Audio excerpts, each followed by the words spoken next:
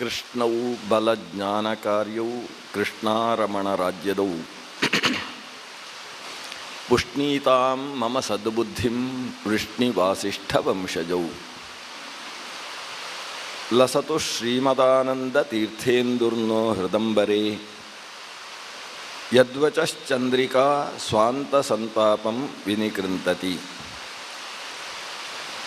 ಭವತಿ ಯದನುಭಾವಾತ್ ಏಡಮೂಕೋಪಿ ವಾಗಮಿ ಜಡಮತಿರಪಿ ಜಂತುರ್ಜಾಯತೆ ಪ್ರಾಜ್ಞಮೌಲಿಃ ಸಕಲವಚನಚೇತೋ ದೇವತಾ ಭಾರತೀ ಸಾ ಮಮ ವಚಸಿ ನಿಧತ್ತಾಂ ಸನ್ನಿಧಿಂ ಮಾನಸೇ ಚ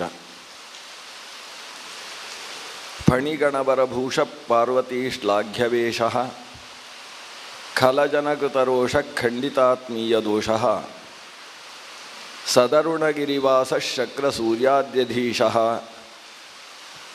ಪರಿಹೃತ ಭವಪಾಶಃ ಪಾರ್ವತಿ ಪಾತು ಮಾಂ ಪಾರ್ವತೀಶಃ ವಕ್ರತುಂಡ ಮಹಾಕಾಯ ಕೋಟಿಸೂರ್ಯಸಮಪ್ರಭ ಅವಿಘ್ನಂ ಕುರು ಮೇ ದೇವ ಸರ್ವಕಾರ್ಯೇಷು ಸರ್ವದಾ ಆಪಾದಮೌಲಿಪರ್ಯಂತಂ ಗುರುಣಾಂ ಆಕೃತಿಂ ಸ್ಮರೇತ್ ತೇನ ವಿಘ್ನಾಃ ಪ್ರಣಶ್ಯಂತಿ ಸಿದ್ಧ್ಯಂತಿ ಚ ಮನೋರಥಾಃ ತಪಸ್ವಾಧ್ಯಾಯ ಶುಶ್ರೂಷಾ ಕೃಷ್ಣಪೂಜಾರತಂ ಮುನಿಂ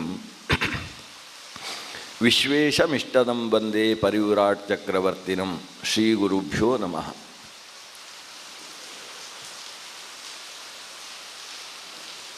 ಯುದ್ಧಕ್ಕೆ ಮೂಲ ಕಾರಣನಾದವ ಧೃತರಾಷ್ಟ್ರ. ಆತನ ಮೂಲಕ ಮಾತ್ರ ಯುದ್ಧ ನಿಲ್ಲಿಸುವುದಕ್ಕೆ ಒಂದು ಅವಕಾಶ ಅನ್ನುವ ದೃಷ್ಟಿಯಿಂದ ಭಗವಾನ್ ವೇದವ್ಯಾಸರು ಧೃತರಾಷ್ಟ್ರನಿಗೆ ಉಪದೇಶ ಮಾಡಿದರು. ಆದರೆ ಧೃತರಾಷ್ಟ್ರ ತಾನೇ ವೇದವ್ಯಾಸರಿಗೆ ಉಪದೇಶ ಮಾಡುವ ಅಹಂಕಾರವನ್ನು ತೋರಿದ. ಯುದ್ಧವನ್ನಾದರೂ ನೋಡಿ ತಿಳ್ಕೊ ಅಂತ ಕೇಳಿದರೆ ನೋಡುವುದಕ್ಕೆ ಕಣ್ಣು ಬೇಡ ಅಂತ ಹೇಳಿದ. ಸಂಜಯನಿಗೆ ಯುದ್ಧದ ಸಮಗ್ರ ವಿವರಣೆಯನ್ನು ಕೊಡುವುದಕ್ಕೆ ಬೇಕಾದ ಶಕ್ತಿಯನ್ನು ಶ್ರೀ ವೇದವ್ಯಾಸರು ಅನುಗ್ರಹಿಸಿದರು ಅನ್ನುವ ಕಥಾನಕವನ್ನು ನಾವು ನಿನ್ನೆಯ ದಿವಸ ಶ್ರವಣ ಮಾಡಿದ್ದೇವೆ.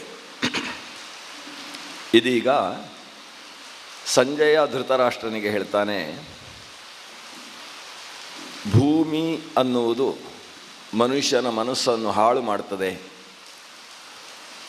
ವಸ್ತುತಃ ಭೂಮಿ ತಾಯಿಯ ಸ್ಥಾನದಲ್ಲಿರತಕ್ಕಂಥವಳು. ಮಾತೃಸ್ಥಾನೀಯವಾದಂತಹ ಭೂಮಿಯನ್ನು ರಾಜರುಗಳು ತನ್ನ ಹೆಂಡತಿ ಅಂತ ಭಾವಿಸಿಕೊಳ್ಳುವುದೇ ದೊಡ್ಡ ಅಪರಾಧ. ಭೂಮಿಯನ್ನು ಭೂಮಾತೆ ಅಂತ ನಾವು ವ್ಯವಹಾರ ಮಾಡ್ತೇವೆ. ಆದರೆ ರಾಜರುಗಳು ತಮ್ಮನ್ನು ಭೂಪತಿಗಳು ಅಂತ ಹೇಳಿಕೊಳ್ಳುತ್ತಾರೆ, ಭೂಪಾಲಕರು ಅಂತ ಹೇಳ್ತಾರೆ. ನಿಜವಾಗಿ ಅವರು ಭೂಮಿಯ ಪಾಲಕರಲ್ಲ, ಭೂಮಿಯ ಅಧಿಪತಿಗಳಲ್ಲ. ಅವರನ್ನು ಭೂಮಿ ಪಾಲನೆ ಮಾಡ್ತದೆ. ನಮ್ಮೆಲ್ಲರನ್ನೂ ಭೂತಾಯಿ ತನ್ನ ಮೇಲೆ ಆಧರಿಸಿಕೊಂಡು ತಾಯಿಯ ಹಾಗೆ ರಕ್ಷಣೆ ಮಾಡ್ತಾಳೆ. ಪೃಥ್ವಿತ್ವಯ ಧೃತ ಲೋಕಾಹ ದೇವಿತ್ವಂ ವಿಷ್ಣುನಾಧೃತ ಅಂತ ಪ್ರತಿನಿತ್ಯ ನಾವು ಪ್ರಾರ್ಥನೆ ಮಾಡ್ತೇವೆ. ಪೃಥ್ವಿ ದೊಡ್ಡವಳಾದಂತಹ ಓ ತಾಯಿ, ತ್ವಯಾ ಧೃತ ಲೋಕಾ, ಜನರೆಲ್ಲರನ್ನೂ ಕೂಡ ನೀನು ಧರಿಸಿದ್ದಿ.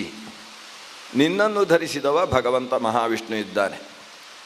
ವರಾಹನಿಂದ ಧರಿಸಲ್ಪಟ್ಟ ನೀನು ನಮ್ಮೆಲ್ಲರನ್ನೂ ಧರಿಸಿದ್ದಿ ಅಂತ ಪೃಥ್ವಿಯಲ್ಲಿ ಪ್ರಾರ್ಥನೆ ಮಾಡ್ತೇವೆ. ಲೋಕಧಾರಕಳಾದ್ದರಿಂದಲೇ ಆಕೆಗೆ ವಸುಂಧರಾ ಅಂತ ಹೆಸರು. ಅನೇಕ ಸಂಪತ್ತು, ಖನಿಜಗಳು, ದ್ರವ್ಯಗಳು, ಸಸ್ಯಗಳು, ಧಾನ್ಯಗಳು ಇದನ್ನು ತನ್ನ ಎದೆಹಾಲಿನ ರೂಪದಲ್ಲಿ ಲೋಕಕ್ಕೆ ಕೊಡುವ ಕಾರಣದಿಂದಲೇ ಆಕೆಗೆ ವಸುಂಧರಾ ಅಂತ ಹೆಸರು. ಲೋಕವನ್ನು ಧಾರಣೆ ಮಾಡಿರತಕ್ಕಂತಹ ಭೂತಾಯಿಯನ್ನು ನಾವು ಧರಿಸಿದ್ದೇವೆ, ನಾವು ಪಾಲಿಸಿದ್ದೇವೆ, ನಾವು ಈ ಭೂಮಿಗೆ ಪತಿಗಳಾಗಿದ್ದೇವೆ ಅಂತ ಕ್ಷತ್ರ ಬಂಧುಗಳು ಭಾವಿಸಿಕೊಂಡಿದ್ದಾರೆ. ಈ ಭಾವನೆಯೇ ಇವತ್ತು ಈ ಕುರುಕ್ಷೇತ್ರದ ಮಹಾಯುದ್ಧಕ್ಕೆ ಕಾರಣವಾಗಿದೆ. ಭೂಮಿಗೋಸ್ಕರ ಹಪತಪಿಸತಕ್ಕಂತಹ ವ್ಯಕ್ತಿತ್ವ ಕ್ಷತ್ರಿಯರಲ್ಲಿ ಇರಬಾರ್ದು. ಭೂಮಿಗೆ ಇಂಥವನು ಅಧಿಪತಿ ಅನ್ನುವ ಒಂದು ವ್ಯವಸ್ಥೆಯನ್ನು ಭೂಮಿ ಒಪ್ಪಿಕೊಳ್ತದೆ. ಈ ಭಾಗದಲ್ಲಿ ಕೃಷಿಯನ್ನು ಮಾಡುವುದಕ್ಕೋಸ್ಕರ ಇಷ್ಟು ಭೂಮಿಗೆ ಈತ ಅಧಿಪತಿ. ಅವನ ಆಧಿಪತ್ಯಕ್ಕೆ ಒಳಪಟ್ಟು ಆತ ಆ ಭೂಮಿಯನ್ನು ಪೂಜಿಸಬೇಕು. ಭೂಮಿಯನ್ನು ಪೂಜಿಸುವ ವಿಧಾನದಲ್ಲಿ ಭೂಮಿಗೆ ಸೀರೆಯನ್ನು ಸಮರ್ಪಣೆ ಮಾಡುವಂಥದ್ದು ಒಂದು.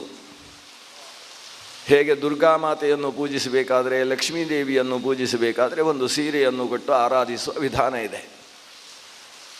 ಭೂತಾಯಿಗೆ ಸೀರೆಯನ್ನು ಹೊದಿಸುವ ವಿಧಾನವೇ ಭೂಮಿಯಲ್ಲಿ ಮಾಡತಕ್ಕಂತಹ ಧಾನ್ಯದ ಕೃಷಿ. ಹಸಿರು ಹಸಿರಾದಂತಹ ಪೈರುಗಳು ಬೆಳೆದು ನಿಂತಾಗ ಹಸಿರು ಸೀರೆಯನ್ನು ಹೊತ್ತಂತಹ ಸೀಮಂತಿನಿಯ ಹಾಗೆ ಭೂಮಿ ಶೋಭಿಸ್ತಾಳೆ. ಆ ರೀತಿ ಭೂಮಿಯಲ್ಲಿ ಶೋಭೆಯನ್ನು ಉಂಟು ಮಾಡುವಂಥದ್ದರ ಮೂಲಕ ಭೂಮಿಗೆ ಒಬ್ಬ ಪತಿ, ಆತ ಈ ಭಾಗಕ್ಕೆ ಜಮೀನುದಾರ, ಅದನ್ನು ನೋಡಿಕೊಳ್ಳತಕ್ಕಂತಹ ವ್ಯಕ್ತಿ ಅಂತ ಭೂಮಾತೆ ಒಪ್ಪಿಕೊಳ್ತಾಳೆ. ತಾನು ತನ್ನ ರಕ್ಷಣೆಗೋಸ್ಕರ ಈತ ಇದ್ದಾನೆ, ಅವನ ರಕ್ಷಣೆಯನ್ನು ನಾನು ಮಾಡ್ತೇನೆ ಅಂತ ತಾಯಿಯ ಸ್ವರೂಪದಲ್ಲಿದ್ದೇ ಕೃಷಿಕನನ್ನು ರಕ್ಷಣೆ ಮಾಡ್ತಾಳೆ. ಕೃಷಿಕರನ್ನು, ಭೂಮಾಲೀಕರನ್ನು ರಕ್ಷಣೆ ಮಾಡುವುದಕ್ಕೋಸ್ಕರ ಒಂದಿಷ್ಟು ದೊಡ್ಡ ದೇಶಕ್ಕೆ ಒಬ್ಬ ಅಧಿಪತಿ ಅನ್ನುವ ವ್ಯವಸ್ಥೆಯಲ್ಲಿ ಭೂಪತಿ, ಭೂಕಾಂತ, ಮಹೀಪತಿ ಅನ್ನುವ ವ್ಯವಸ್ಥೆಗಳನ್ನೆಲ್ಲ ಭೂಮಾತೆ ಒಪ್ಪಿಕೊಳ್ತಾಳೆ. ಆದರೆ ಯಾವ ಭೂಮಿಗೆ ಅಧಿಪತಿಯಾಗಿದ್ದೇನೋ ಅಂತಹ ಭೂಮಿಯ ಮೇಲೆಯೇ ದೌರ್ಜನ್ಯವನ್ನು ಎಸಗತಕ್ಕಂತಹ, ಭೂಮಿಯನ್ನು ತನ್ನದ್ದು ಅನ್ನುವ ಭಾವದಿಂದ ಅದರ ಮೇಲೆ ಅತಿಕ್ರಮಿಸತಕ್ಕಂತಹ, ಭೂಮಿಯದ್ದೇ ಮಕ್ಕಳೆನಿಸಿದಂತಹ ಪಶುಪಕ್ಷಿ ಪ್ರಾಣಿ ವೃಕ್ಷಗಳ ಮೇಲೆ ಆಕ್ರಮಣವನ್ನು ಮಾಡತಕ್ಕಂತಹ ಒಬ್ಬ ರಾಜನನ್ನೇ ಆದರೂ ಭೂಮಾತೆ ಸಹಿಸುವುದಿಲ್ಲ. ಈ ಭೂಮಿಯ ಮೇಲೆ ಅತಿಯಾದ ಅಪೇಕ್ಷೆ ಇದು ಹೆಚ್ಚಿನ ಯುದ್ಧಗಳಿಗೆ ಕಾರಣವಾಗ್ತದೆ. ಯುದ್ಧದ ಮೂಲ ಹೇತು ಭೂಮಿ ಆಗ್ತದೆ. ಆದರೆ ಭೂಮಿ ನನ್ನ ರಕ್ಷಗಳು ಅನ್ನುವ ಭಾವ ಕ್ಷತ್ರಿಯರಲ್ಲಿದ್ದಾಗ ಭೂಮಿಯ ಕಾರಣದಿಂದ ಅಣ್ಣ ತಮ್ಮಂದಿರಾಗಲಿ ರಾಜಮನೆತನವಾಗಲಿ ಹೋರಾಡುವಂತಹ ಪ್ರಸಂಗ ಬರುವುದಿಲ್ಲ ಅಂತ ಸಂಜಯ ಉಪದೇಶವನ್ನು ಹೇಳುವುದಕ್ಕೆ ಪ್ರಾರಂಭಿಸಿದ್ದಾನೆ. ಭೂಮಿಯ ಮೇಲೆ ಅಂತಹ ಆಸಕ್ತಿ ಉಂಟಾಗುವುದಕ್ಕೆ ಏನು ಕಾರಣ? ಭೂಮಿ ಅನೇಕ ರೂಪವನ್ನು ತಾಳುವುದೇ ಅದಕ್ಕೆ ಕಾರಣ.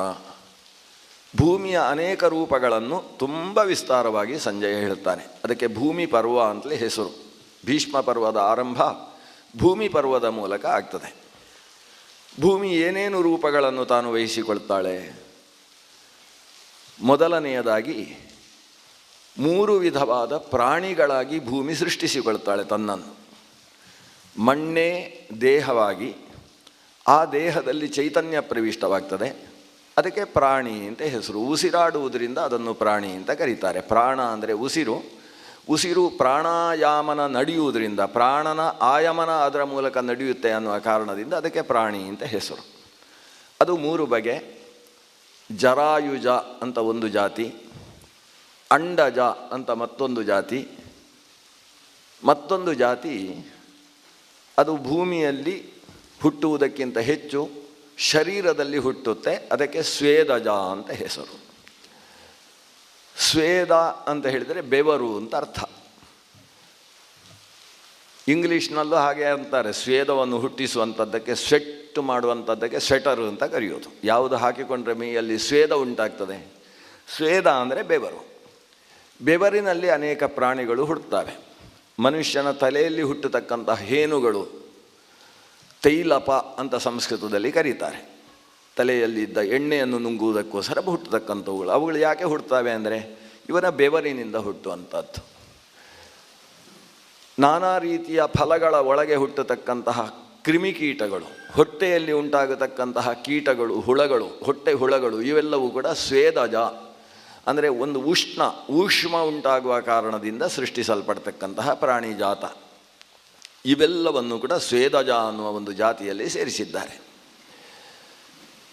ಮತ್ತೊಂದು ಥರದ ಪ್ರಾಣಿ ಇದೆ, ಅದನ್ನು ಅಂಡಜ ಅಂತ ಕರೀತಾರೆ. ಅದಕ್ಕೆ 2 ಬಾರಿ ಜನನ. ಒಮ್ಮೆ ಮೊಟ್ಟೆಯಾಗಿ ಹುಡ್ತದೆ, ಮೊಟ್ಟೆಯಿಂದ ಮತ್ತೊಮ್ಮೆ ಹುಡ್ತದೆ. ಆದ್ದರಿಂದ ಅಂಥವುಗಳನ್ನು ದ್ವಿಜ ಅಂತ ಕರೆಯುವ ಕ್ರಮ ಇದೆ. ಪಕ್ಷಿಗಳು, ಸರೀಸೃಪಗಳು, ಮೀನುಗಳು, ಆಮೆಗಳು ಇವೆಲ್ಲವನ್ನು ಕೂಡ ಅಂಡಜ ಅನ್ನುವ ಶಬ್ದದಿಂದ ಕರೀತಾರೆ. ಸರ್ಪಗಳು ಮೊಟ್ಟೆಯನ್ನಿಡ್ತವೆ. ವೃತ್ತಾಕಾರವಾದ ಮೊಟ್ಟೆ ಕೆಲವು ಕಾಲಗಳಲ್ಲಿ ಅದಕ್ಕೆ ಸಂಬಂಧಪಟ್ಟ ಬಿಸಿ ಮತ್ತು ಕಾಲ ಎರಡು ಸೇರಿತು ಅಂತಾದರೆ ಅದು ಒಡೆದು ಅದರ ಒಳಗಿನಿಂದ ಪ್ರಾಣಿಜಾತ ಪ್ರಾಣಿ ಸಂಕುಲ ಹುಡ್ತದೆ.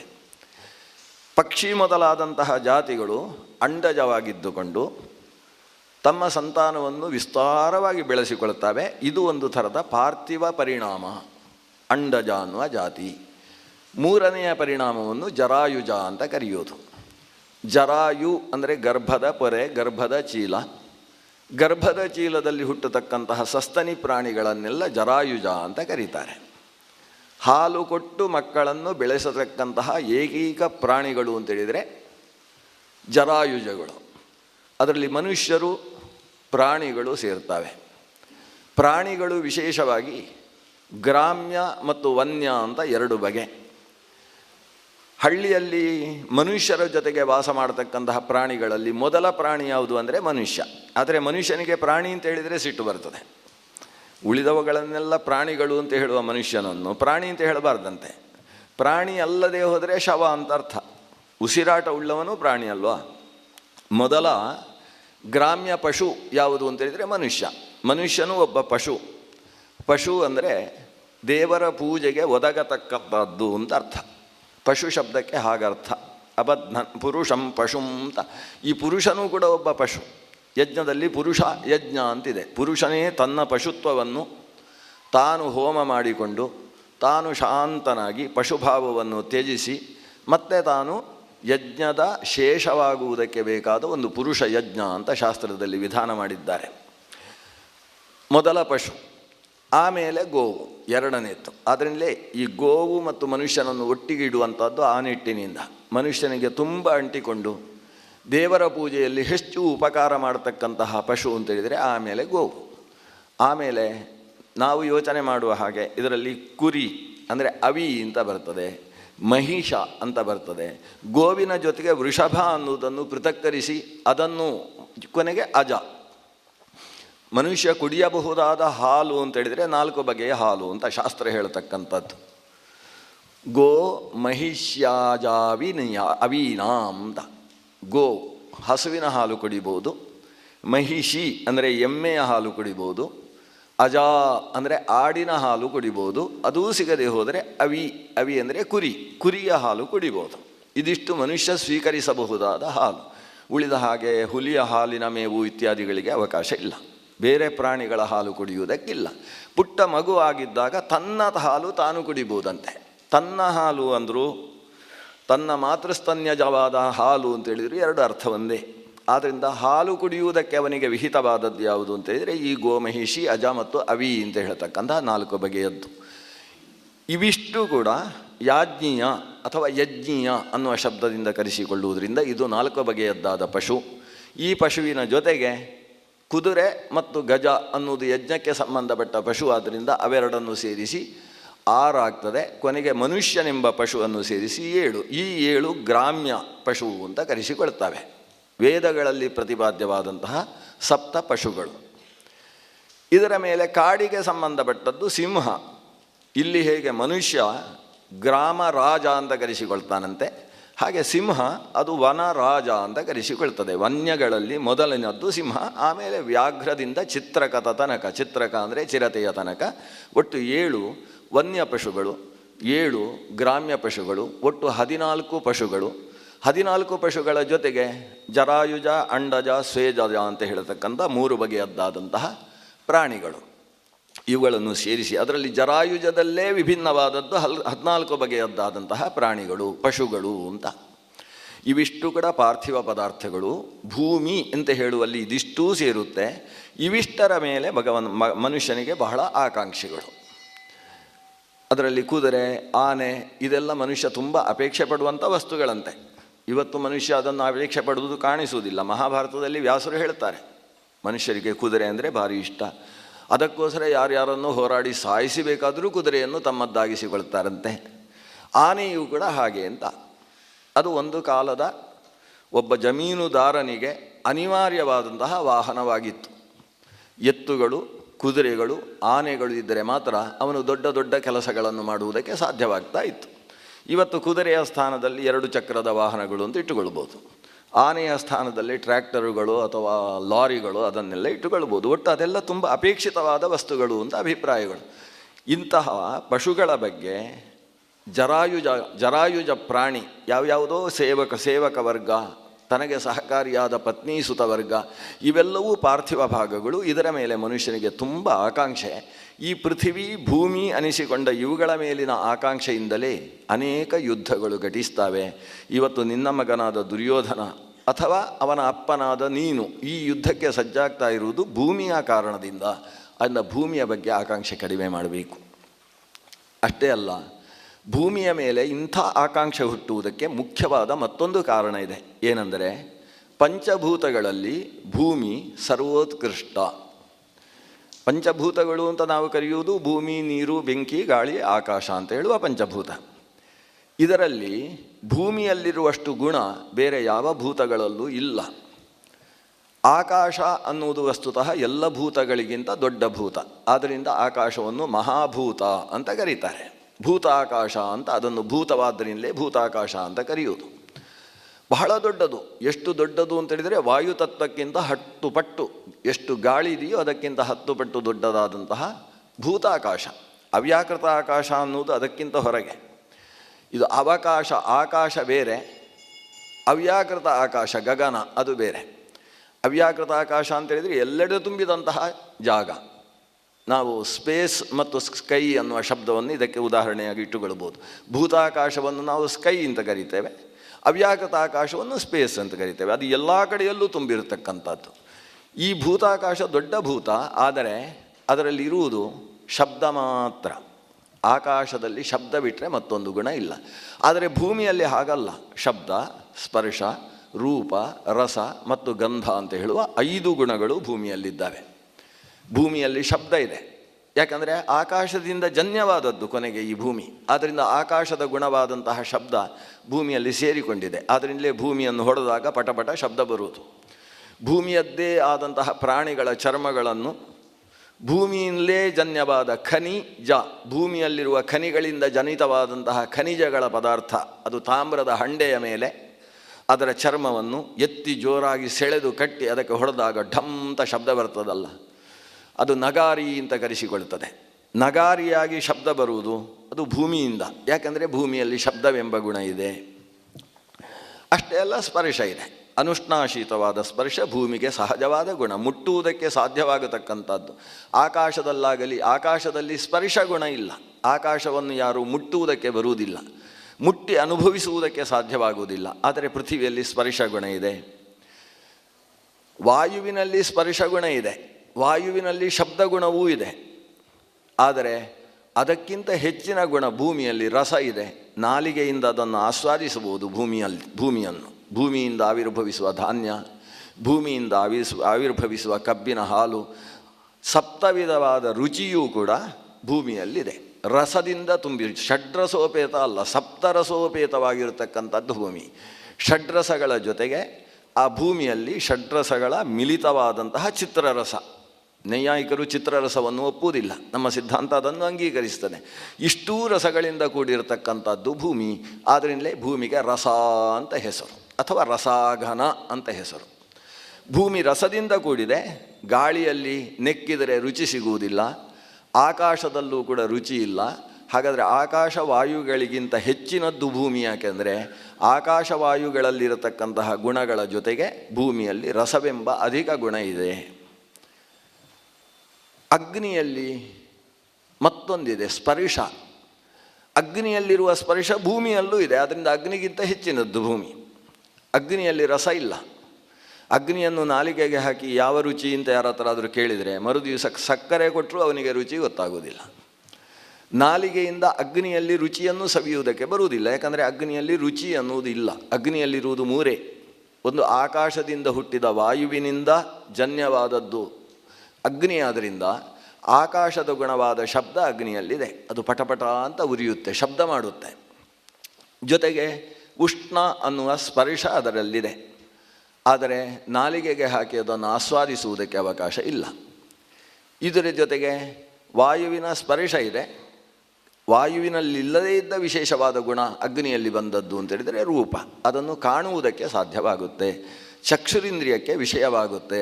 ಹೇಗೆ ಶ್ರೋತ್ರೇಂದ್ರಿಯದಿಂದ ಅಗ್ನಿಯ ಚಟಚಟಾಯಮಾನವಾದ ಶಬ್ದ ಕೇಳಿಸುತ್ತೋ, ತ್ವಗಿಂದ್ರಿಯದಿಂದ ಅದೇ ಅಗ್ನಿಯಲ್ಲಿರತಕ್ಕಂಥ ಉಷ್ಣಸ್ಪರ್ಶದ ಗ್ರಹಣವಾಗ್ತದೋ, ಹಾಗೆ ಚಕ್ಷುರೇಂದ್ರಿಯದಿಂದ ಅಗ್ನಿಯು ದೃಶ್ಯವೂ ಆಗುತ್ತೆ. ವಾಯುವಿನಲ್ಲೂ ಆಕಾಶದಲ್ಲೂ ಇಲ್ಲದೇ ಇರುವ ದೃಶ್ಯತ್ವ, ಅದಕ್ಕೆ ಪ್ರಯೋಜಕವಾದ ರೂಪವೆಂಬ ಗುಣ ಅದು ಅಗ್ನಿಯಲ್ಲಿ ಬಂದಂತಹ ಒಂದು ವಿಶೇಷ ಗುಣ. ಆ ಅಗ್ನಿಯಲ್ಲಿದ್ದ ಸ್ಪರ್ಶ ಗುಣ ಅದು ಭೂಮಿಯಲ್ಲೂ ಇದೆ. ಅಗ್ನಿಯಲ್ಲಿ ಉಷ್ಣ ಸ್ಪರ್ಶ ಇದ್ದರೆ ಭೂಮಿಯಲ್ಲಿ ಅನುಷ್ಣಾಶೀತ ಸ್ಪರ್ಶ ಇದೆ. ಆದ್ದರಿಂದ ಅಗ್ನಿಗಿಂತ ಮಿಗಿಲು, ಯಾಕೆಂದರೆ ಅಗ್ನಿಯಲ್ಲಿಲ್ಲದೆ ಇದ್ದ ರಸಗುಣವೂ ಕೂಡ ಭೂಮಿಯಲ್ಲಿದೆ. ಆದರೆ ಜಲ ಅಗ್ನಿಯಿಂದ ಆವಿರ್ಭವಿಸಿದಂತಹ ತತ್ವ, ಅದು ಜಲತತ್ವ. ಜಲತತ್ವದಲ್ಲಿ ಶಬ್ದ ಇದೆ, ಅದು ಜುಳುಜುಳು ಅಂತ ಹರಿಯುತ್ತೆ. ಅದರಲ್ಲಿ ಸ್ಪರ್ಶ ಇದೆ, ತಂಪಾದ ಸ್ಪರ್ಶ, ಶೀತ ಸ್ಪರ್ಶ ಇದೆ. ಅದರಲ್ಲಿ ರಸ ಇದೆ, ನಾಲಿಗೆಗೆ ಹಾಕಿದರೆ ರುಚಿ. ನೀರಿಗಿರುವ ರುಚಿ ಬೇರೆ ಯಾವುದಕ್ಕೂ ಇಲ್ಲಂತೆ. ಕಬ್ಬಿನ ಹಾಲಿನಲ್ಲೂ ನೀರಿನ ರುಚಿ ಇಲ್ಲ. ಒಬ್ಬ ತುಂಬ ತೃಷಿಯಾಗಿ ಬಂದ ಅಂತ ಅಂದ್ಕೊಳ್ಳಿ, ತೃಷಿತನಾದಂತಹ ವ್ಯಕ್ತಿಗೆ, ತೃಷಾರ್ತನಿಗೆ ನೀವು 1 ಲೋಟ ಹಾಲು ಹಿಡ್ಕೊಂಡು ಬಂದರೆ ಬೇಡ ಬೇಡ ಬರೀ ನೀರು ಕೊಡಿ ಅಂತ ಹೇಳ್ತಾನೆ. ಅವನು ನೀರು ಕುಡಿದಾಗ ಸಿಗುವ ಆನಂದ ಬೇರೆ ಯಾವ ವಸ್ತುಗಳನ್ನು ಆತ ಸ್ವೀಕರಿಸಿದರೂ ಅವನಿಗೆ ಸಿಗಲಾರದು. ಬೇರೆ ಯಾವುದೇ ವಸ್ತುವನ್ನು ಆತ ತಿಂದು ಖುಷಿ ಪಡಬೇಕಾದ್ರೆ ಅದರ ಜೊತೆಗೆ ನೀರು ಬೇಕೇ ಬೇಕು. ಅಕ್ಕಿಯನ್ನು ತಿಂದು ಖುಷಿ ಪಡು ಅಂತ ಕೇಳಿದರೆ ಆಗೋದಿಲ್ಲ ಅಂತ ಹೇಳ್ತಾನೆ. ಅಕ್ಕಿಯನ್ನು ನೀರಿನಲ್ಲಿ ಹಾಕಿ ಸ್ವಲ್ಪ ಬೆಂಕಿಯಿಂದ ಬೇಯಿಸಿದರೆ ಇನ್ನೂ ಚಂದ ಅಂತ ಹೇಳ್ತಾನೆ. ಅವನಿಗೆ ನೀರು ಇಲ್ಲದೆ ಹೋದರೆ ಯಾವುದೂ ರುಚಿಸುವುದಿಲ್ಲ. ಯಾಕಂದರೆ ರುಚಿಯನ್ನು ಕೊಡುವವನಿಗೆ ನೀರು ಅಂತ ಹೆಸರು. ನೀನು ಅಂತಲ್ಲ, ನೀನು ಅನ್ನೋದರ ಬಹುವಚನ ನೀರು ಅಂತ ಆಗಬೇಕಲ್ವ. ಅವನು ಅನ್ನೋದು ಅವರು ಅಂತ ಆಗುವುದಾದರೆ ನೀನು ಅನ್ನೋದು ನೀರು ಅಂತ ಆಗಬೇಕು. ಆದರೆ ನಾವು ನೀವು ಅಂತೇವೆ. ಅದನ್ನು ನೀರು ಅಂತ ಹೇಳಿದರೆ ಅದೊಂದು ಬಹುವಚನದ ಶಬ್ದ. ಆಪಹ ಆಪೋಹಿಷ್ಠಾಹ ಮಯೋ ಭುವಃ. ಮಯಃ ಅಂದರೆ ಆನಂದದ, ಭುವಃ ಅಂದರೆ ಉತ್ಪತ್ತಿ ಸ್ಥಾನ. ನಮಗೆ ಆನಂದದ ಉತ್ಪತ್ತಿ ಸ್ಥಾನವೇ ನೀರು. ಅದು ನಿರಂತರ ಬಹುವಚನದ ಶಬ್ದದಲ್ಲಿ ಹೇಳಲ್ಪಡುತ್ತೆ. ಯಾಕಂದರೆ ನೀರನ್ನು ಒಂದು ನೀರು ಅಂತ ಹೇಳಲಿಕ್ಕಾಗೋದಿಲ್ಲ. ಆಕಾಶದಿಂದ ಬೀಳ್ತಾ ಇರುವ ನೀರು, ಅದಕ್ಕೆ ಅಭಿಮಾನಿ ದೇವತೆಗಳು ಕೂಡ ಭಾಗೀರಥ್ಯಾದಿ ಸಾರ್ಧ ತ್ರಿಕೋಟಿ ತೀರ್ಥಾಭಿಮಾನಿಗಳು. ಆದ್ದರಿಂದ ಅದು ಸ್ತ್ರೀಲಿಂಗದಲ್ಲಿ ಬಹುವಚನದಲ್ಲೇ ಇರತಕ್ಕಂತಹ ಶಬ್ದ. ಅಂತಹ ಅಪತತ್ವ ಏನಿದೆ, ನೀರು ಅಂತ ಹೇಳ್ತಕ್ಕಂತಹ ತತ್ವ, ಅದು ರಸವನ್ನು ನಮಗೆ ಅನುಭವ ಗೋಚರವಾಗಿಸತಕ್ಕಂತಹ ತತ್ವ. ಆ ನಿಟ್ಟಿನಿಂದ ಅದರದ್ದೇ ಆದ ವಿಶೇಷ ಗುಣ ರಸಗುಣ. ಆ ರಸವೂ ಕೂಡ ಭೂಮಿಯಲ್ಲಿದೆ. ನೀರಿನಲ್ಲಿರುವುದು ಬರೀ ಒಂದು ಮಾಧುರ್ಯ, ಒಂದು ವಿಚಿತ್ರವಾದ ಮಾಧುರ್ಯ. ಎಲ್ಲಕ್ಕೂ ಮಾಧುರ್ಯವನ್ನು ಕೊಡ್ತಕ್ಕಂಥ ಮಧುರ ರಸ ಅನ್ನೋದು ನೀರಿನಲ್ಲಿದ್ದರೆ, ನಮ್ಮ ಪೃಥಿವಿಯಲ್ಲಿ ಬರೀ ಮಧುರ ರಸ ಅಲ್ಲ, ಲವಣ, ಉಪ್ಪು ರಸ ಇದೆ, ಹುಳಿ ರಸ, ಆಮ್ಲ ಅಂತ ಕರೆಸಿಕೊಳ್ತಕ್ಕಂಥ ಉಪ್ಪು ಇದೆ, ಒಗರು ಅಂತ ಕರೆಸಿಕೊಳ್ತಕ್ಕಂಥ ಕಷಾಯ ರಸ ಇದೆ, ತಿಕ್ತ ಅಂತ ಕರೆಸಿಕೊಳ್ತಕ್ಕಂಥ ಕಹಿ ರಸ ಇದೆ. ಎಲ್ಲ ರೀತಿಯ ರಸದಿಂದಲೂ ತುಂಬಿರತಕ್ಕಂಥದ್ದು ಪಾರ್ಥಿವ ದ್ರವ್ಯ. ಆದ್ದರಿಂದ ಪೃಥಿವಿ ಅನ್ನುವುದು ಹಿಂದೆ ಹೇಳಿದ 4 ಭೂತಗಳ ಗುಣದಿಂದ ತುಂಬಿದೆ. ಆದರೆ ನೀರಿಗಿಂತಲೂ ಪೃಥಿವಿ ಶ್ರೇಷ್ಠ. ಯಾಕೆ ಅಂತೇಳಿದರೆ, ನೀರಿನಲ್ಲಿ ಇಲ್ಲದೇ ಇದ್ದಂತಹ ಗಂಧವೆಂಬ ಗುಣ ಪೃಥಿವಿಯಲ್ಲಿದೆ. ಇಲ್ಲಿಯ ತನಕ ಮೂಗಿಗೆ ಕೆಲಸ ಇರಲಿಲ್ಲ. ನಾಲಿಗೆಯಲ್ಲಿ ನೀರು ಅನಿಸಿದಂತಹ ವರುಣದೇವ ರಸನಾ ತತ್ವಕ್ಕೆ ಅಭಿಮಾನಿಯಾಗಿದ್ದುಕೊಂಡು ರುಚಿಯನ್ನು ಗ್ರಹಣ ಮಾಡಿಸುವವ ಇದ್ದಾನೆ. ಆದರೆ ಮೂಗಿನಲ್ಲಿ ನಿಂತು ಅಶ್ವಿನಿ ದೇವತೆಗಳು ಗಂಧವನ್ನು ಘ್ರಾಣನ ಮಾಡಿಸ್ತಾರಲ್ಲ, ಅವರಿಗೆ ಈಗ ನೀರಿನ ತನಕ 4 ಭೂತಗಳಲ್ಲೂ ಕೂಡ ಕೆಲಸ ಇಲ್ಲ. ಯಾಕಂದರೆ ನೀರು ಅದು ಪರಿಮಳಿತ ಅಲ್ಲ. ನೀರು ಪರಿಮಳ ಆಗಬೇಕಾದರೂ ಅದಕ್ಕೆ ಕಮಲದ ಪುಷ್ಪದ ದಂಟನ್ನು ಹಾಕಬೇಕು ಅಥವಾ ಕಮಲದ ಪುಷ್ಪದ ಎಸಳನ್ನು ಹಾಕಬೇಕು. ಪನ್ನೀರು ಆಗಬೇಕಾದರೂ ಅದಕ್ಕೆ ಒಂದಿಷ್ಟು ಪುಷ್ಪದ ಸಂಯೋಗ ಆಗಬೇಕು. ಪುಷ್ಪ ಸಂಯುಕ್ತವಾದಂತಹ ಜಲದಲ್ಲಿ ಗಂಧ ಸ್ವತಃ ಇಲ್ಲ. ಅಥವಾ ಗಟಾರದ ನೀರು ಬೇರೆ ಪಾರ್ಥಿವವಾದ ಕೊಳೆತ ವಸ್ತುವನ್ನು ನೀರಿನಲ್ಲಿ ಸೇರಿಸಿದರೆ ನೀರಿನಲ್ಲಿ ದುರ್ಗಂಧವಾದರೂ ಬಂದೀತು. ನೀರು ಸ್ವತಃ ಅದು ನಿರ್ಗಂಧ, ಅದರಲ್ಲಿ ಗಂಧ ಇಲ್ಲ. ಹಾಗಾದರೆ ಗಂಧ ಅದು ಪಾರ್ಥಿವದ್ದೇ ಆದಂತಹ ವಿಶೇಷವಾದ ಗುಣ. ಹೀಗೆ 5 ಗುಣಗಳಿಂದ ಕೂಡಿರತಕ್ಕಂಥದ್ದು ಭೂಮಿ. ಭೂಮಿಯನ್ನು ಮೂಸಬಹುದು, ಪೃಥಿವಿಯನ್ನು ಆಸ್ವಾದಿಸಬಹುದು, ಪೃಥಿವಿಯನ್ನು ಕೇಳಬಹುದು, ಪೃಥಿವಿಯನ್ನು ನೋಡಬಹುದು, ಪೃಥಿವಿಯನ್ನು ಸ್ಪರ್ಶಿಸಬಹುದು. ಹೀಗೆ ಶ್ರೋತ್ರ, ತ್ವಕ್, ಚಕ್ಷು, ಜಿಹ್ವಾ, ಘ್ರಾಣ ಅಂತ ಹೇಳುವ ದೈವದತ್ತವಾದಂತಹ ಏನು 5 ಇಂದ್ರಿಯಗಳಿದ್ದಾವೆ, ಆ ಅಷ್ಟೂ ಇಂದ್ರಿಯಗಳಿಗೂ ಕೆಲಸ ಕೊಡತಕ್ಕಂತಹ, ಅಷ್ಟೂ ಇಂದ್ರಿಯಗಳಿಗೂ ವಿಷಯವಾದಂತಹ ಶಬ್ದಸ್ಪರ್ಶ ರೂಪರಸಗಂಧಗಳಿಗೆ ಆಧಾರಭೂತವಾದ ಒಂದೇ ಒಂದು ತತ್ವ, ಅದು ಪೃಥಿವಿ ತತ್ವ. ಆದ್ದರಿಂದ ಈ ಭೂಮಿ ಅನ್ನುವುದು ಎಲ್ಲ ಭೂತಕ್ಕಿಂತ ದೊಡ್ಡದು. ಅದು ಮಹಾಭೂತವೆನಿಸಿದ ಆಕಾಶಕ್ಕಿಂತಲೇ ದೊಡ್ಡದು ಪೃಥ್ವಿ. ಇದು ದೊಡ್ಡದು ಅಂತ ಹೇಳಿದರೆ ಆಕಾರದಲ್ಲಿ ದೊಡ್ಡದಲ್ಲ, ಆಕಾರದಲ್ಲಿ ಎಲ್ಲಕ್ಕಿಂತ ಚಿಕ್ಕದು. ಆದರೆ ಎಲ್ಲಕ್ಕಿಂತ ದೊಡ್ಡದು ಯಾಕೆ ಅಂದರೆ ಅದರ ಉಪಯೋಗದ ದೃಷ್ಟಿಯಿಂದ ಎಲ್ಲಕ್ಕಿಂತ ದೊಡ್ಡದು. ಭೂಮಿ ಇಲ್ಲದೆ ಹೋದರೆ ಉಳಿದದ್ದು ಯಾವುದೂ ಕೂಡ ಇದ್ದೂ ಇಲ್ಲದೆ ಇದ್ದ ಹಾಗೆ ಆಗುತ್ತೆ. ಆದ್ದರಿಂದ ಭೂಮಿ ಸರ್ವಶ್ರೇಷ್ಠವಾದದ್ದು. ಅದನ್ನು ಸರ್ವರಸ ಅಂತ ಕರೆಸಿಕೊಂಡಂತಹ ಭೂಮಿ ಅದು ಎಲ್ಲರ ಆಹ್ಲಾದಕ್ಕೆ ವಿಷಯ. ಅದರಲ್ಲೇ ಭೂಮಿಗೋಸ್ಕರ ಅಣ್ಣ ತಮ್ಮಂದಿರೂ ಕೂಡ ಹೊಡೆದಾಡ್ತಾರೆ. ಪರಸ್ಪರ ಶತ್ರುಗಳು ಹೋರಾಡುವುದು ಬೇರೆ, ಅಣ್ಣ ತಮ್ಮಂದಿರು ಹೋರಾಡ್ತಾರೆ ಭೂಮಿಗೋಸ್ಕರ. ಕುರುಕ್ಷೇತ್ರದಲ್ಲಿ ಅದಕ್ಕೋಸ್ಕರ ಸೇರಿಕೊಂಡಿದ್ದಾರೆ. ಇದು ಭೂಮಿಯ ಸೆಳೆತ. ಆದರೆ ಇಂತಹ ಭೂಮಿಯಲ್ಲಿ ನಾವು ಅಸ್ವತಂತ್ರರಿದ್ದೇವೆ ಅನ್ನುವ ಎಚ್ಚರದ ಜೊತೆಗೆ ಇಷ್ಟು ದೊಡ್ಡದಾದ ಭೂಮಿ ಅತ್ಯಂತ ಚಿಕ್ಕದು ಅನ್ನುವ ಪ್ರಜ್ಞೆ ಬೇಕು ಅಂತ ಸಂಜಯ ಹೇಳ್ತಾನೆ. ಇದು ಭಾರಿ ದೊಡ್ಡದು ಹೌದು, ಆದರೆ ಅತ್ಯಂತ ಚಿಕ್ಕದು. ಚಿಕ್ಕದು ಅಂತಾದಾಗ ಅದರ ಬಗ್ಗೆ ಆಸೆ ಆಕಾಂಕ್ಷೆ ಕಡಿಮೆ ಆಗ್ತದೆ. ಆ ಚಿಕ್ಕದು ಅನ್ನೋದನ್ನು ಮೊದಲು ತಿಳ್ಕೊ. ಯಾಕೆ ಚಿಕ್ಕದು ಅಂತೇಳಿದರೆ, ಇದು ವಿಶಾಲವಾದ ಪ್ರಪಂಚದಲ್ಲಿ ಭೂಮಿ ಒಂದು ಸಾಸಿವೆಯಷ್ಟು ದೊಡ್ಡದು ಅಲ್ಲ, ಅಷ್ಟು ಚಿಕ್ಕದು ಭೂಮಿ.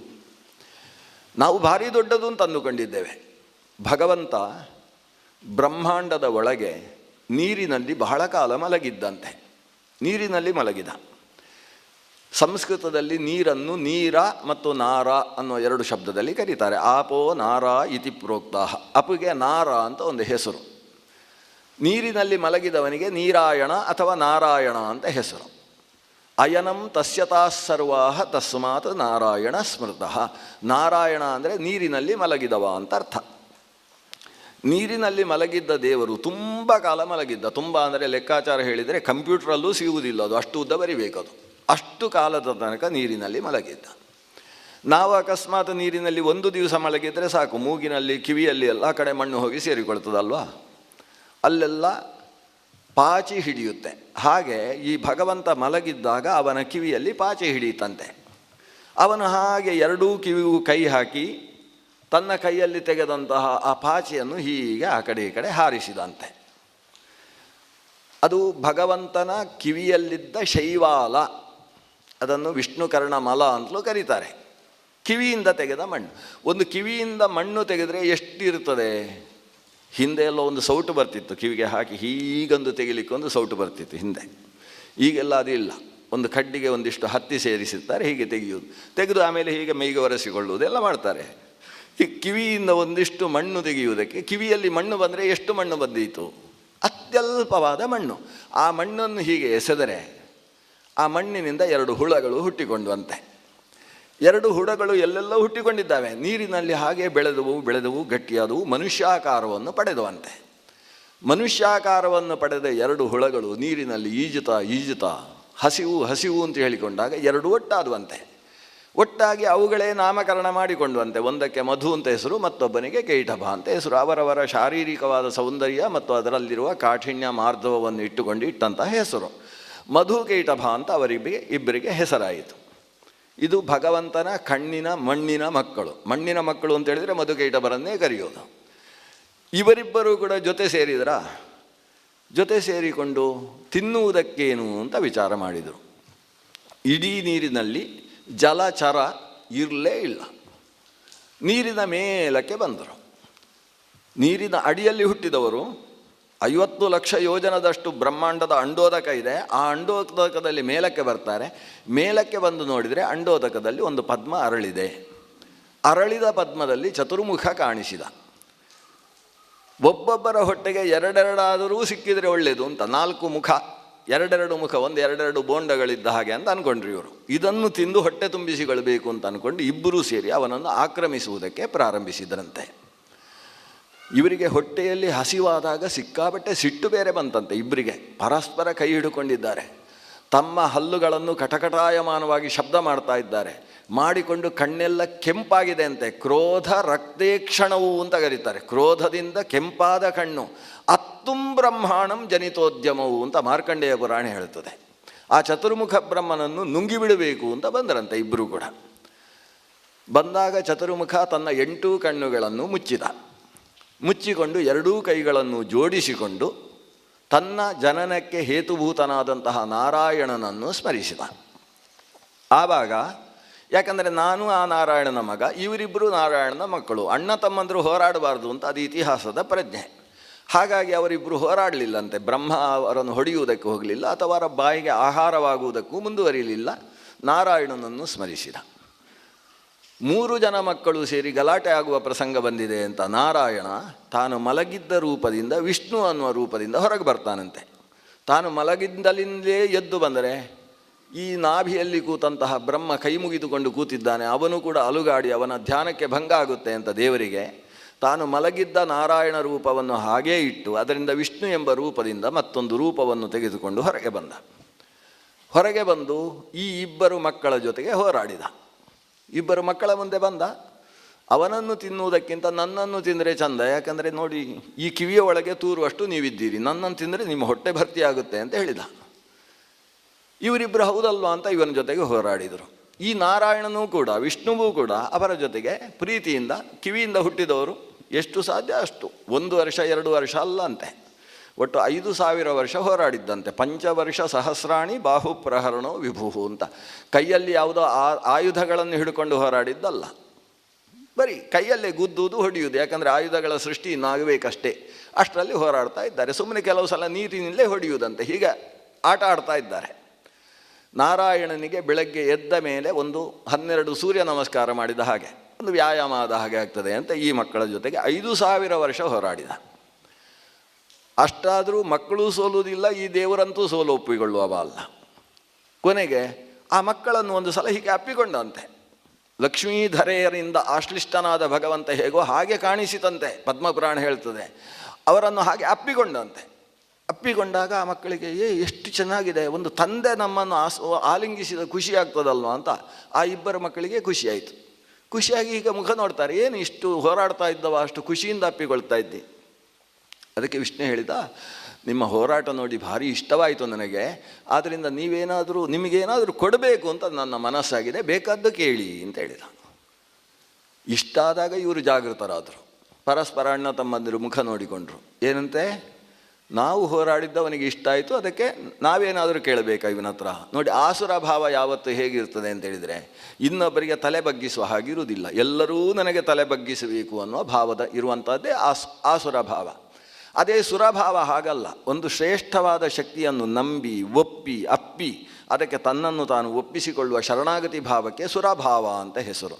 ಇವರಿಬ್ಬರು ಅಸುರರು ಆ ನಾರಾಯಣನ ಮುಂದೆ, ನೀನು ನಮಗೆ ವರ ಕೊಡುವುದಲ್ಲ, ನೀನು ನಮ್ಮಲ್ಲಿ ಇಷ್ಟು ಸಮಯ ಹೋರಾಡಿದೆಯಲ್ವ, ಒಂದು ಪೆಟ್ಟು ತಿಂದು ಕೂಡ ಏನು ಹೇಗೆ ತಪ್ಪಿಸಿಕೊಳ್ತಿ, ಎಷ್ಟು ಚುರುಕಾಗಿದ್ದು ಇಷ್ಟು ದೊಡ್ಡ ಶರೀರದ ನೀನು, ಆದ್ದರಿಂದ ನಮಗೆ ನಿನ್ನ ಮೇಲೆ ಖುಷಿಯಾಗಿದೆ, ಬೇಕಾದ್ದು ನೀನು ಕೇಳ್ಬೋದು ಅಂತ ಇವರು ಹೇಳಿದರು. ನೀನು ಕೇಳುವುದು ಹೊರತು ನಾವು ಕೇಳುವುದಕ್ಕಿರುವುದಲ್ಲ, ನಮ್ಮ ಕೈ ಯಾವತ್ತೂ ಮೇಲೆ, ಇದು ಕೇಳುವವರು ಕೈ ಕೆಳಗೆ ಮಾಡಬೇಕಾಗ್ತದೆ. ಹುಟ್ಟಿದ ಕಾಲದಲ್ಲೇ ಈ ಮಕ್ಕಳಿಗೆ ಇಷ್ಟು ದೊಡ್ಡ ಬುದ್ಧಿ ಇರುವುದು ನೋಡಿ ದೇವರಿಗೂ ಖುಷಿಯಾಯಿತು, ಅಂತೂ ನನ್ನ ಮಕ್ಕಳು ಹೌದು ಅಂತ ಖುಷಿಯಾಯಿತು.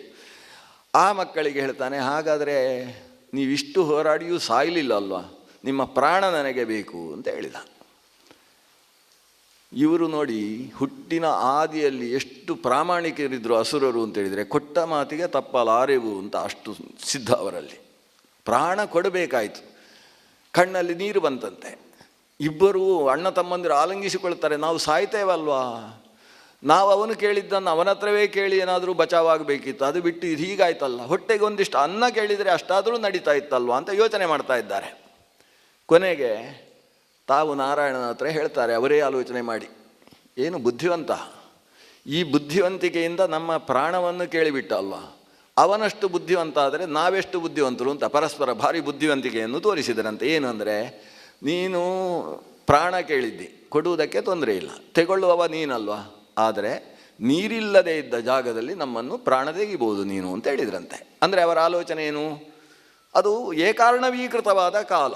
ಏಕಾರ್ಣವ ಅಂತೇಳಿದರು, ಪ್ರಳಯ ಅಂತೇಳಿದರು, ಅರ್ಥ ಒಂದೇ, ಎಲ್ಲೆಡೆ ನೀರು, ಎಲ್ಲೆಡೆ ಜಗತಿ ಏಕಾರ್ಣವೀಕೃತೆ, ಎಲ್ಲವೂ ನೀರಾಗಿರುವಾಗ ಇವ ನೀರಿಲ್ಲದ ಜಾಗದಲ್ಲಿ ಹೇಗೆ ಪ್ರಾಣ ತೆಗಿತಾನೆ ಅಂತ ಇವರ ಆಲೋಚನೆ.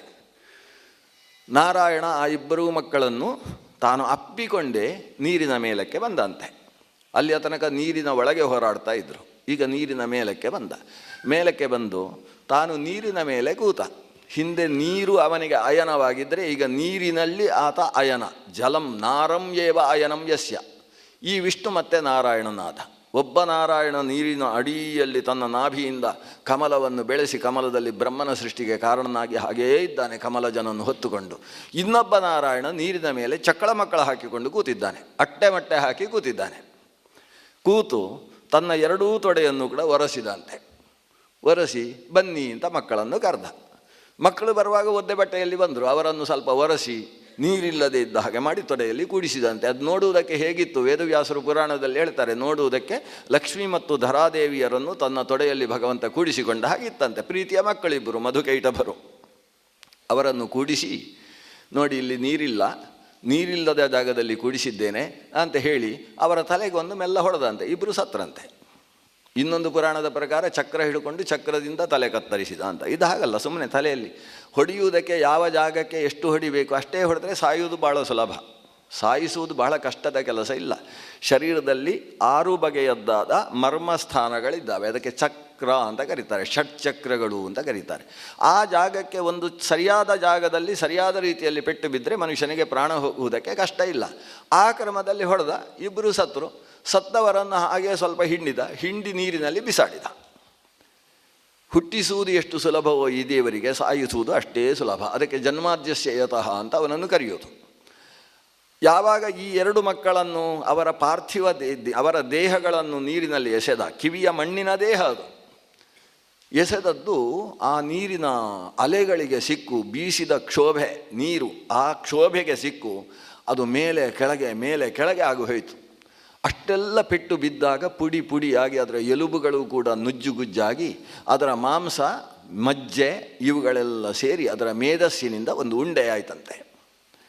ಆ 2 ಶರೀರ ಮಧುವನ್ನು ನಾಶ ಮಾಡಿ ಮಧುಸೂದನ ಅಂತರಿಸಿಕೊಂಡ ದೇವರ, ಕೈಟಭನ ಸಂಹಾರದಿಂದ ಕೈಟಭಾರಿ ಅಂತ ಕರೆಸಿಕೊಂಡಂತಹ ಈ ಭಗವಂತನ ಹಿಂಡಿ ಬಿಸಾಡಲ್ಪಟ್ಟ ಹಿಪ್ಪೆಯಾದ ಆ ದೇಹದ ಮೇಧಸ್ಸು ಒಂದು ಉಂಡೆಯಾಯಿತು. ದೇವರ ಕಿವಿಯಿಂದ ಬಂದ ಆ ಮಣ್ಣಿನ ರಾಶಿಯಲ್ಲಿ ಅದು 1/10 ಭಾಗದಷ್ಟು ಇರಲಿಲ್ಲಂತೆ. ಅಷ್ಟು ಪುಟ್ಟದಾದ ಉಂಡೆ ಆಯಿತು. ಅದು ಮೇಧಸ್ಸಿನಿಂದ ಉಂಟಾದ ಉಂಡೆ ಆದ್ದರಿಂದ ಅದಕ್ಕೆ ಮೇದಿನಿ ಅಂತ ದೇವರು ಹೆಸರಿಟ್ರಂತೆ. ಅದೇ ಈ ಭೂಮಿ. ಇದು ಸಂಜೆ ಹೇಳುವ ಕಥೆ. ಭೂಮಿ ಅಂದರೆ ಮತ್ತೇನೂ ಅಲ್ಲ, ಆ ರಕ್ಕಸರ ಮೇಧಸ್ಸಿನಿಂದ ನಿರ್ಮಿತವಾದಂತಹ ಒಂದು ಉಂಡೆ. ಅದನ್ನು ಭೂಗೋಳ ಅಂತ ಕರಿತೇವೆ. ಅದೊಂದು ಭೂಮಿ. ಮೇಧಸ್ಸಿನಿಂದ ನಿರ್ಮಿತವಾದ್ದರಿಂದ ಪರಮ ಪವಿತ್ರವಾದದ್ದೇನೂ ಅಲ್ಲ.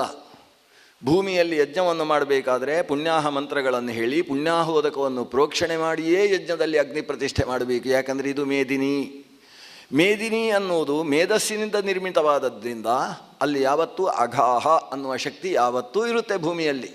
ಅಘಾಹ ಶಕ್ತಿಯನ್ನು ದೂರ ಮಾಡುವುದಕ್ಕೆ ಹೇಳಿದಂಥ 8 ಮಂತ್ರಗಳಿಗೆ ಪುಣ್ಯಾಹ ಮಂತ್ರ ಅಂತ ಹೆಸರು. ಆ ಪುಣ್ಯಾಹ ಮಂತ್ರಗಳ ಮೂಲಕ ಅಘಾಹ ಶಕ್ತಿಯನ್ನು ದೂರ ನಿರಸನ ಮಾಡಿ ಮೇದಿನಿಯಲ್ಲಿ ಪಾವಿತ್ರ್ಯವನ್ನು ಸಂಪಾದಿಸಿಯೇ ಯಜ್ಞಕರ್ಮಾದಿಗಳನ್ನು ನಡೆಸಬೇಕು.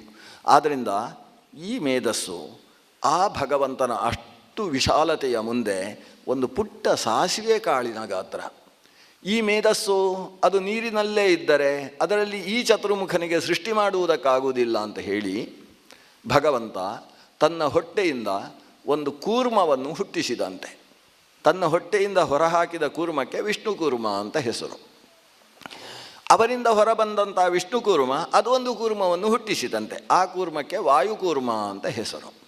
ವಿಷ್ಣು ಕೂರ್ಮ ತನ್ನ ಪುಚ್ಛದಲ್ಲಿ ಆ ವಾಯುಕೂರ್ಮವನ್ನು ಧಾರಣೆ ಮಾಡಿಕೊಂಡ.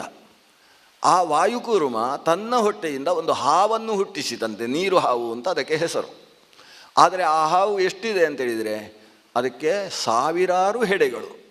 ಆದ್ದರಿಂದಲೇ ಅನಂತ ಅಂತ ಅವನಿಗೆ ಹೆಸರು. ಶೇಷ ಅಂತ ಅವನನ್ನು ಮತ್ತೊಂದು ಶಬ್ದದಿಂದ ಕರೀತಾರೆ. ಹೀಗೆ ವಾಯುವಿನಿಂದ ಆವಿರ್ಭವಿಸಿದ ಶೇಷ 3 ಸುತ್ತು ಹೆಡೆ ತನ್ನ ಶರೀರವನ್ನು ಸುತ್ತಿಸಿ ತನ್ನ ಹೆಡೆಯನ್ನೆತ್ತಿ ನಿಂತಾಗ ಭಗವಂತ ಆ ಶೇಷನಿಗೆ ಆದೇಶ ಮಾಡಿದ, ನೀನು 2 ರೂಪ ತೆಗೋ. ಒಂದು ನನ್ನ ಹಾಸಿಗೆಯಾಗಿರಬೇಕು, 2ನೇದ್ದು ಈ ಭೂಮಿಯನ್ನು ಧಾರಣೆ ಮಾಡಬೇಕು ಅಂತ.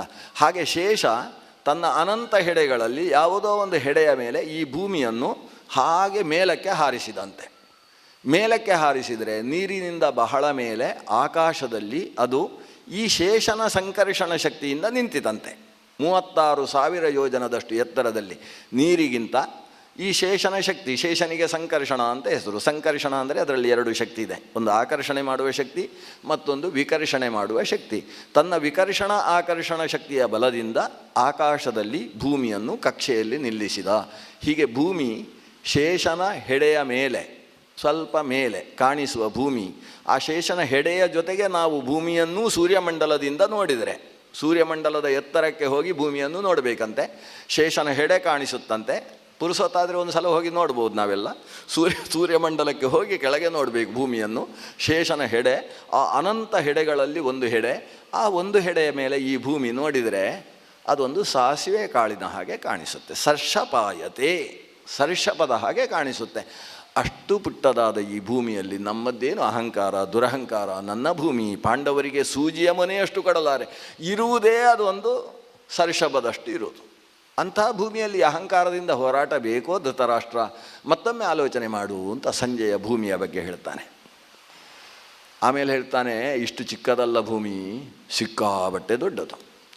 ಆ ಭಗವಂತ ವಿಷ್ಣು, ಅವ ವಿಷ್ಣು ಯಾಕೆ ಅಂದರೆ ಎಲ್ಲೆಡೆ ವ್ಯಾಪಿಸಿದ್ರಿಂದ ಅವ ವಿಷ್ಣು. ವೇವೇಷ್ಟಿ ಸರ್ವಂ ಇತಿ ವಿಷ್ಣು, ವಿಶಿಲ್ರು ವ್ಯಾಪ್ತವು ಅಂತ ಧಾತು. ಎಲ್ಲೆಡೆ ತುಂಬಿದ ಕಾರಣದಿಂದ ಆ ಭಗವಂತನಿಗೆ ವಿಷ್ಣು ಅಂತ ಹೆಸರು. ಎಲ್ಲೆಡೆ ತುಂಬಿದ ದೇವರ ಮುಂದೆ ಅಲ್ಪವಾದ ಪೃಥಿವಿ, ಅದು ಸರ್ಷಪ ಸದೃಶ, ಅದು ಸರಿ. ಆದರೆ ಇಷ್ಟು ಪುಟ್ಟದಾದ ಭೂಮಿ ಎಷ್ಟು? ಒಂದು ಬಾರಿ ಇದೇ ವಿಷ್ಣು ಭೂಮಿಯನ್ನೆಲ್ಲ ಅಳತೆ ಮಾಡಬೇಕು ಅಂತ ತೀರ್ಮಾನಿಸಿದಂತೆ. ಸಾಮಾನ್ಯವಾಗಿ ಒಂದು ಮನೆ ಕಟ್ಟಿದವ, ಮನೆ ಕಟ್ಟಿದ ಮೇಲೆ ಕೆಲವು ಸಲ ಅಳತೆ ಮಾಡ್ತಾನೆ, ಎಲ್ಲ ಆಯಾ ಸರಿಯಾಗಿ ಉಂಟೋ ಇಲ್ಲೋ ಅಂತ ನೋಡ್ತಾನೆ ಒಂದು ಕಟ್ಟಿದ ಮೇಲೆ. ಹಾಗೆ ಈ ಭೂಮಿಯನ್ನು ಅಳತೆ ಮಾಡಬೇಕು, ಭೂಮಿಯನ್ನೆಲ್ಲ ಬ್ರಹ್ಮಾಂಡವನ್ನೇ ಅಳೆದು ಬಿಡಬೇಕು ಅಂತ ಅವನು ತ್ರಿವಿಕ್ರಮನಾದ ಅಂತೆ ವಿಷ್ಣು. ಇದಂ ವಿಷ್ಣು ವಿಚಕ್ರಮೇ ಅಂತ. ಆ ವಿಷ್ಣು ಇದನ್ನು ವಿಕ್ರಮಣ ಮಾಡಿದ. ಅಂದರೆ ಕ್ರಮಣ ಅಂದರೆ ಹೆಜ್ಜೆ ಇಡುವುದು. ತ್ರೇಧಾ ನಿದಧೇ ಪದಂ, ಅವ 3 ಹೆಜ್ಜೆಯನ್ನು ಇಟ್ಟಂತೆ. 3 ಹೆಜ್ಜೆಯನ್ನು ಇಟ್ಟಾಗ ಅಂದರೆ ಒಂದು ಹೆಜ್ಜೆಯನ್ನು ಮೇಲಕ್ಕೆತ್ತಿದ, ಎತ್ತಿ ಮೇಲೆ ಸತ್ಯಲೋಕದ ಮೇಲೆ ಮುಕ್ತವಿಹರಣ ಸ್ಥಾನದ ತನಕ, ವೈಕುಂಠ ಲೋಕದ ತನಕ ಪಾದ ಬೆಳೆಯಿತು. ಬ್ರಹ್ಮಾಂಡ ಕಟಹ ಒಡೆಯಿತು. ಬ್ರಹ್ಮದೇವ ಪಾದ ತೊಳೆದ ನೀರು ಗಂಗೆಯಾಗಿ ಹರಿಯಿತು. ಇದೆಲ್ಲ ಕಥೆ. ಈ ರೀತಿ ಆತ ಒಂದು ಪಾದವನ್ನು ಎತ್ತಿದಾಗ ಇನ್ನೊಂದು ಪಾದ ಅದಕ್ಕೆ ಅನುಗುಣವಾಗಿ ಬೆಳೆದಿದೆ. ಆ ಪಾದ ಎಲ್ಲಿದೆ? ನರ್ಮದಾ ತೀರದಲ್ಲಿದೆ. ಅಂದರೆ ನಮ್ಮ ಭಾರತ ದೇಶದಲ್ಲಿ ಬೆಳೆದ ಪಾದ ಅದು. ಅಲ್ಲಿ ಬೆಳೆದ ಪಾದ ಬೆಳೆದು ಭೂಮಿಯನ್ನು ಹುಡುಕಬೇಕಂತೆ. ಆ ಪಾದದಲ್ಲಿ ಭೂಮಿ ಎಲ್ಲಿುಂಟು ಅಂತ ಹುಡುಕಬೇಕಂತೆ. ಹುಡುಕಿದರೆ ಅವನ ಅಂಗುಷ್ಟದ ಪಕ್ಕದ ಬೆರಳಿಗೆ ಅಂಟಿದ ಧೂಳಿನ ಹಾಗೆ ಕಾಣಿಸುತ್ತಂತೆ ಈ ಭೂಮಿ. ಸಮೂಳ್ಳಮಸ್ಯ ಪಾಂಸುರೇ, ಪಾಂಸು ಅಂದರೆ ಧೂಳು. ಆ ಭಗವಂತನ ಪಾದದ ಪಾಂಸುವಿನ ಹಾಗೆ ಸಮೂಳ್ಳವಾಗಿದೆ ಇಡೀ ಪೃಥಿವಿ. ಹಾಗಾದರೆ ಈ ಪೃಥಿವಿ ಅನ್ನೋದು ಇಷ್ಟು ಪುಟ್ಟದಾದ ಧೂಳಿನ ಕಣವೂ ಅಲ್ಲದ ಭಗವಂತ ಅನ್ನುವ ಬ್ರಹ್ಮ, ಪರಬ್ರಹ್ಮದ ಮುಂದೆ ಒಂದು ಧೂಳಿನ ಕಣವೂ ಅಲ್ಲ ಈ ಪೃಥಿವಿ. ಅಂತಹ ಪೃಥಿವಿ ಎಷ್ಟು ದೊಡ್ಡದು ಗೊತ್ತೋ? ಅಂದರೆ ದೇವರು ದೊಡ್ಡವ ಅಂತ ಮೊದಲು ಅರ್ಥ ಮಾಡ್ಕೋ. ಆವಾಗ ಯುದ್ಧ ಬೇಕಾಗಲ್ಲ. ವೈರಾಗ್ಯ ಅನ್ನೋದು ದೇವರ ಎತ್ತರವನ್ನು ತಿಳಿದಾಗ ಬರುವುದು. ಇಂತಹ ಪೃಥಿವಿ ಎಷ್ಟು ದೊಡ್ಡದಿದೆ. ಇದಕ್ಕೆ ಸಪ್ತದ್ವೀಪ ಅಂತ ಹೆಸರು. ಸಪ್ತ ದ್ವೀಪಾನಿ ಯಸ್ಯಾಂ ಸಾ ಸಪ್ತದ್ವೀಪ ವಸುಂಧರ. ಇದು 7 ದ್ವೀಪಗಳಿಂದ ತುಂಬಿರತಕ್ಕಂಥ ಭೂಮಿ. ದ್ವೀಪ ಅಂದರೆ ಸಾಮಾನ್ಯ ದ್ವೀಪ ಅಲ್ಲ. ಪಕ್ಕದಲ್ಲಿರ್ತಕ್ಕಂಥ ಸಿಂಹಳ ದ್ವೀಪ ಇರ್ಬೋದು, ಅದರ ಸುತ್ತಮುತ್ತಲೂ ಇರುವ ಲಕ್ಷದ್ವೀಪ ಅಂತ ಕರಿಬೋದು.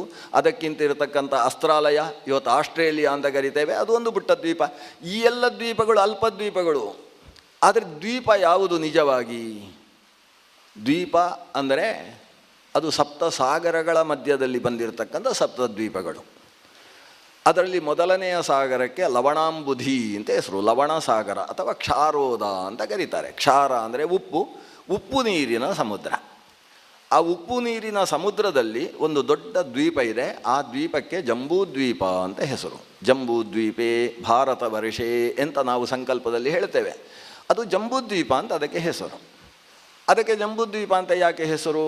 ಅಲ್ಲೊಂದು ಮರ ಇದೆ, ಅದು ನೇರಳೆಯ ಮರ, ಜಂಬೂ ವೃಕ್ಷ ಅಂತ ಸಂಸ್ಕೃತದಲ್ಲಿ ಕರೀತಾರೆ.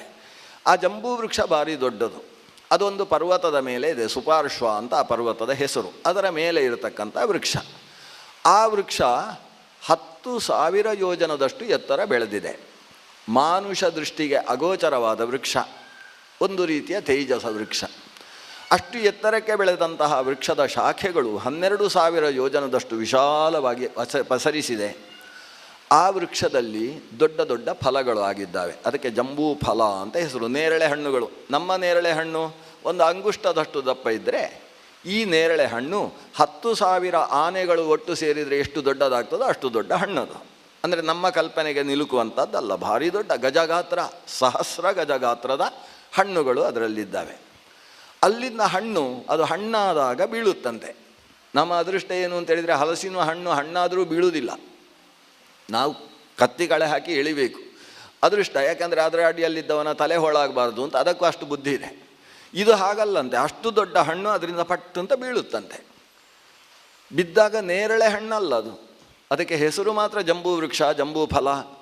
ಆದರೆ ಕೆಳಗೆ ಬಿದ್ದಾಗ ಒಡೆಯುತ್ತೆ. ಒಡೆದಾಗ ಅದರ ಒಳಗಿಂದ ಹಳದಿಯ ರಸ, ಅದರ ಎಸೆನ್ಸ್ ಅದು ಹೊರಗೆ ಬರ್ತದೆ, ಅದರ ರಸ ಹೊರಗೆ ಬರ್ತದೆ. ಬಿದ್ದದ್ದು ಎಷ್ಟು ಎತ್ತರದಿಂದ?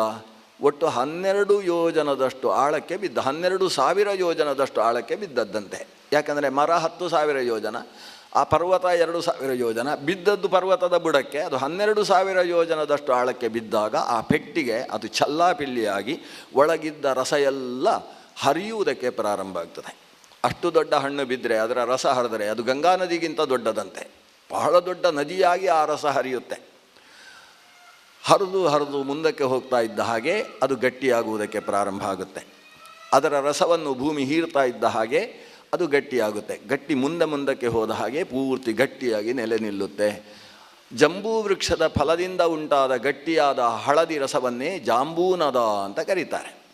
ಜಾಂಬೂನದ ಅಂದರೆ ಬಂಗಾರ.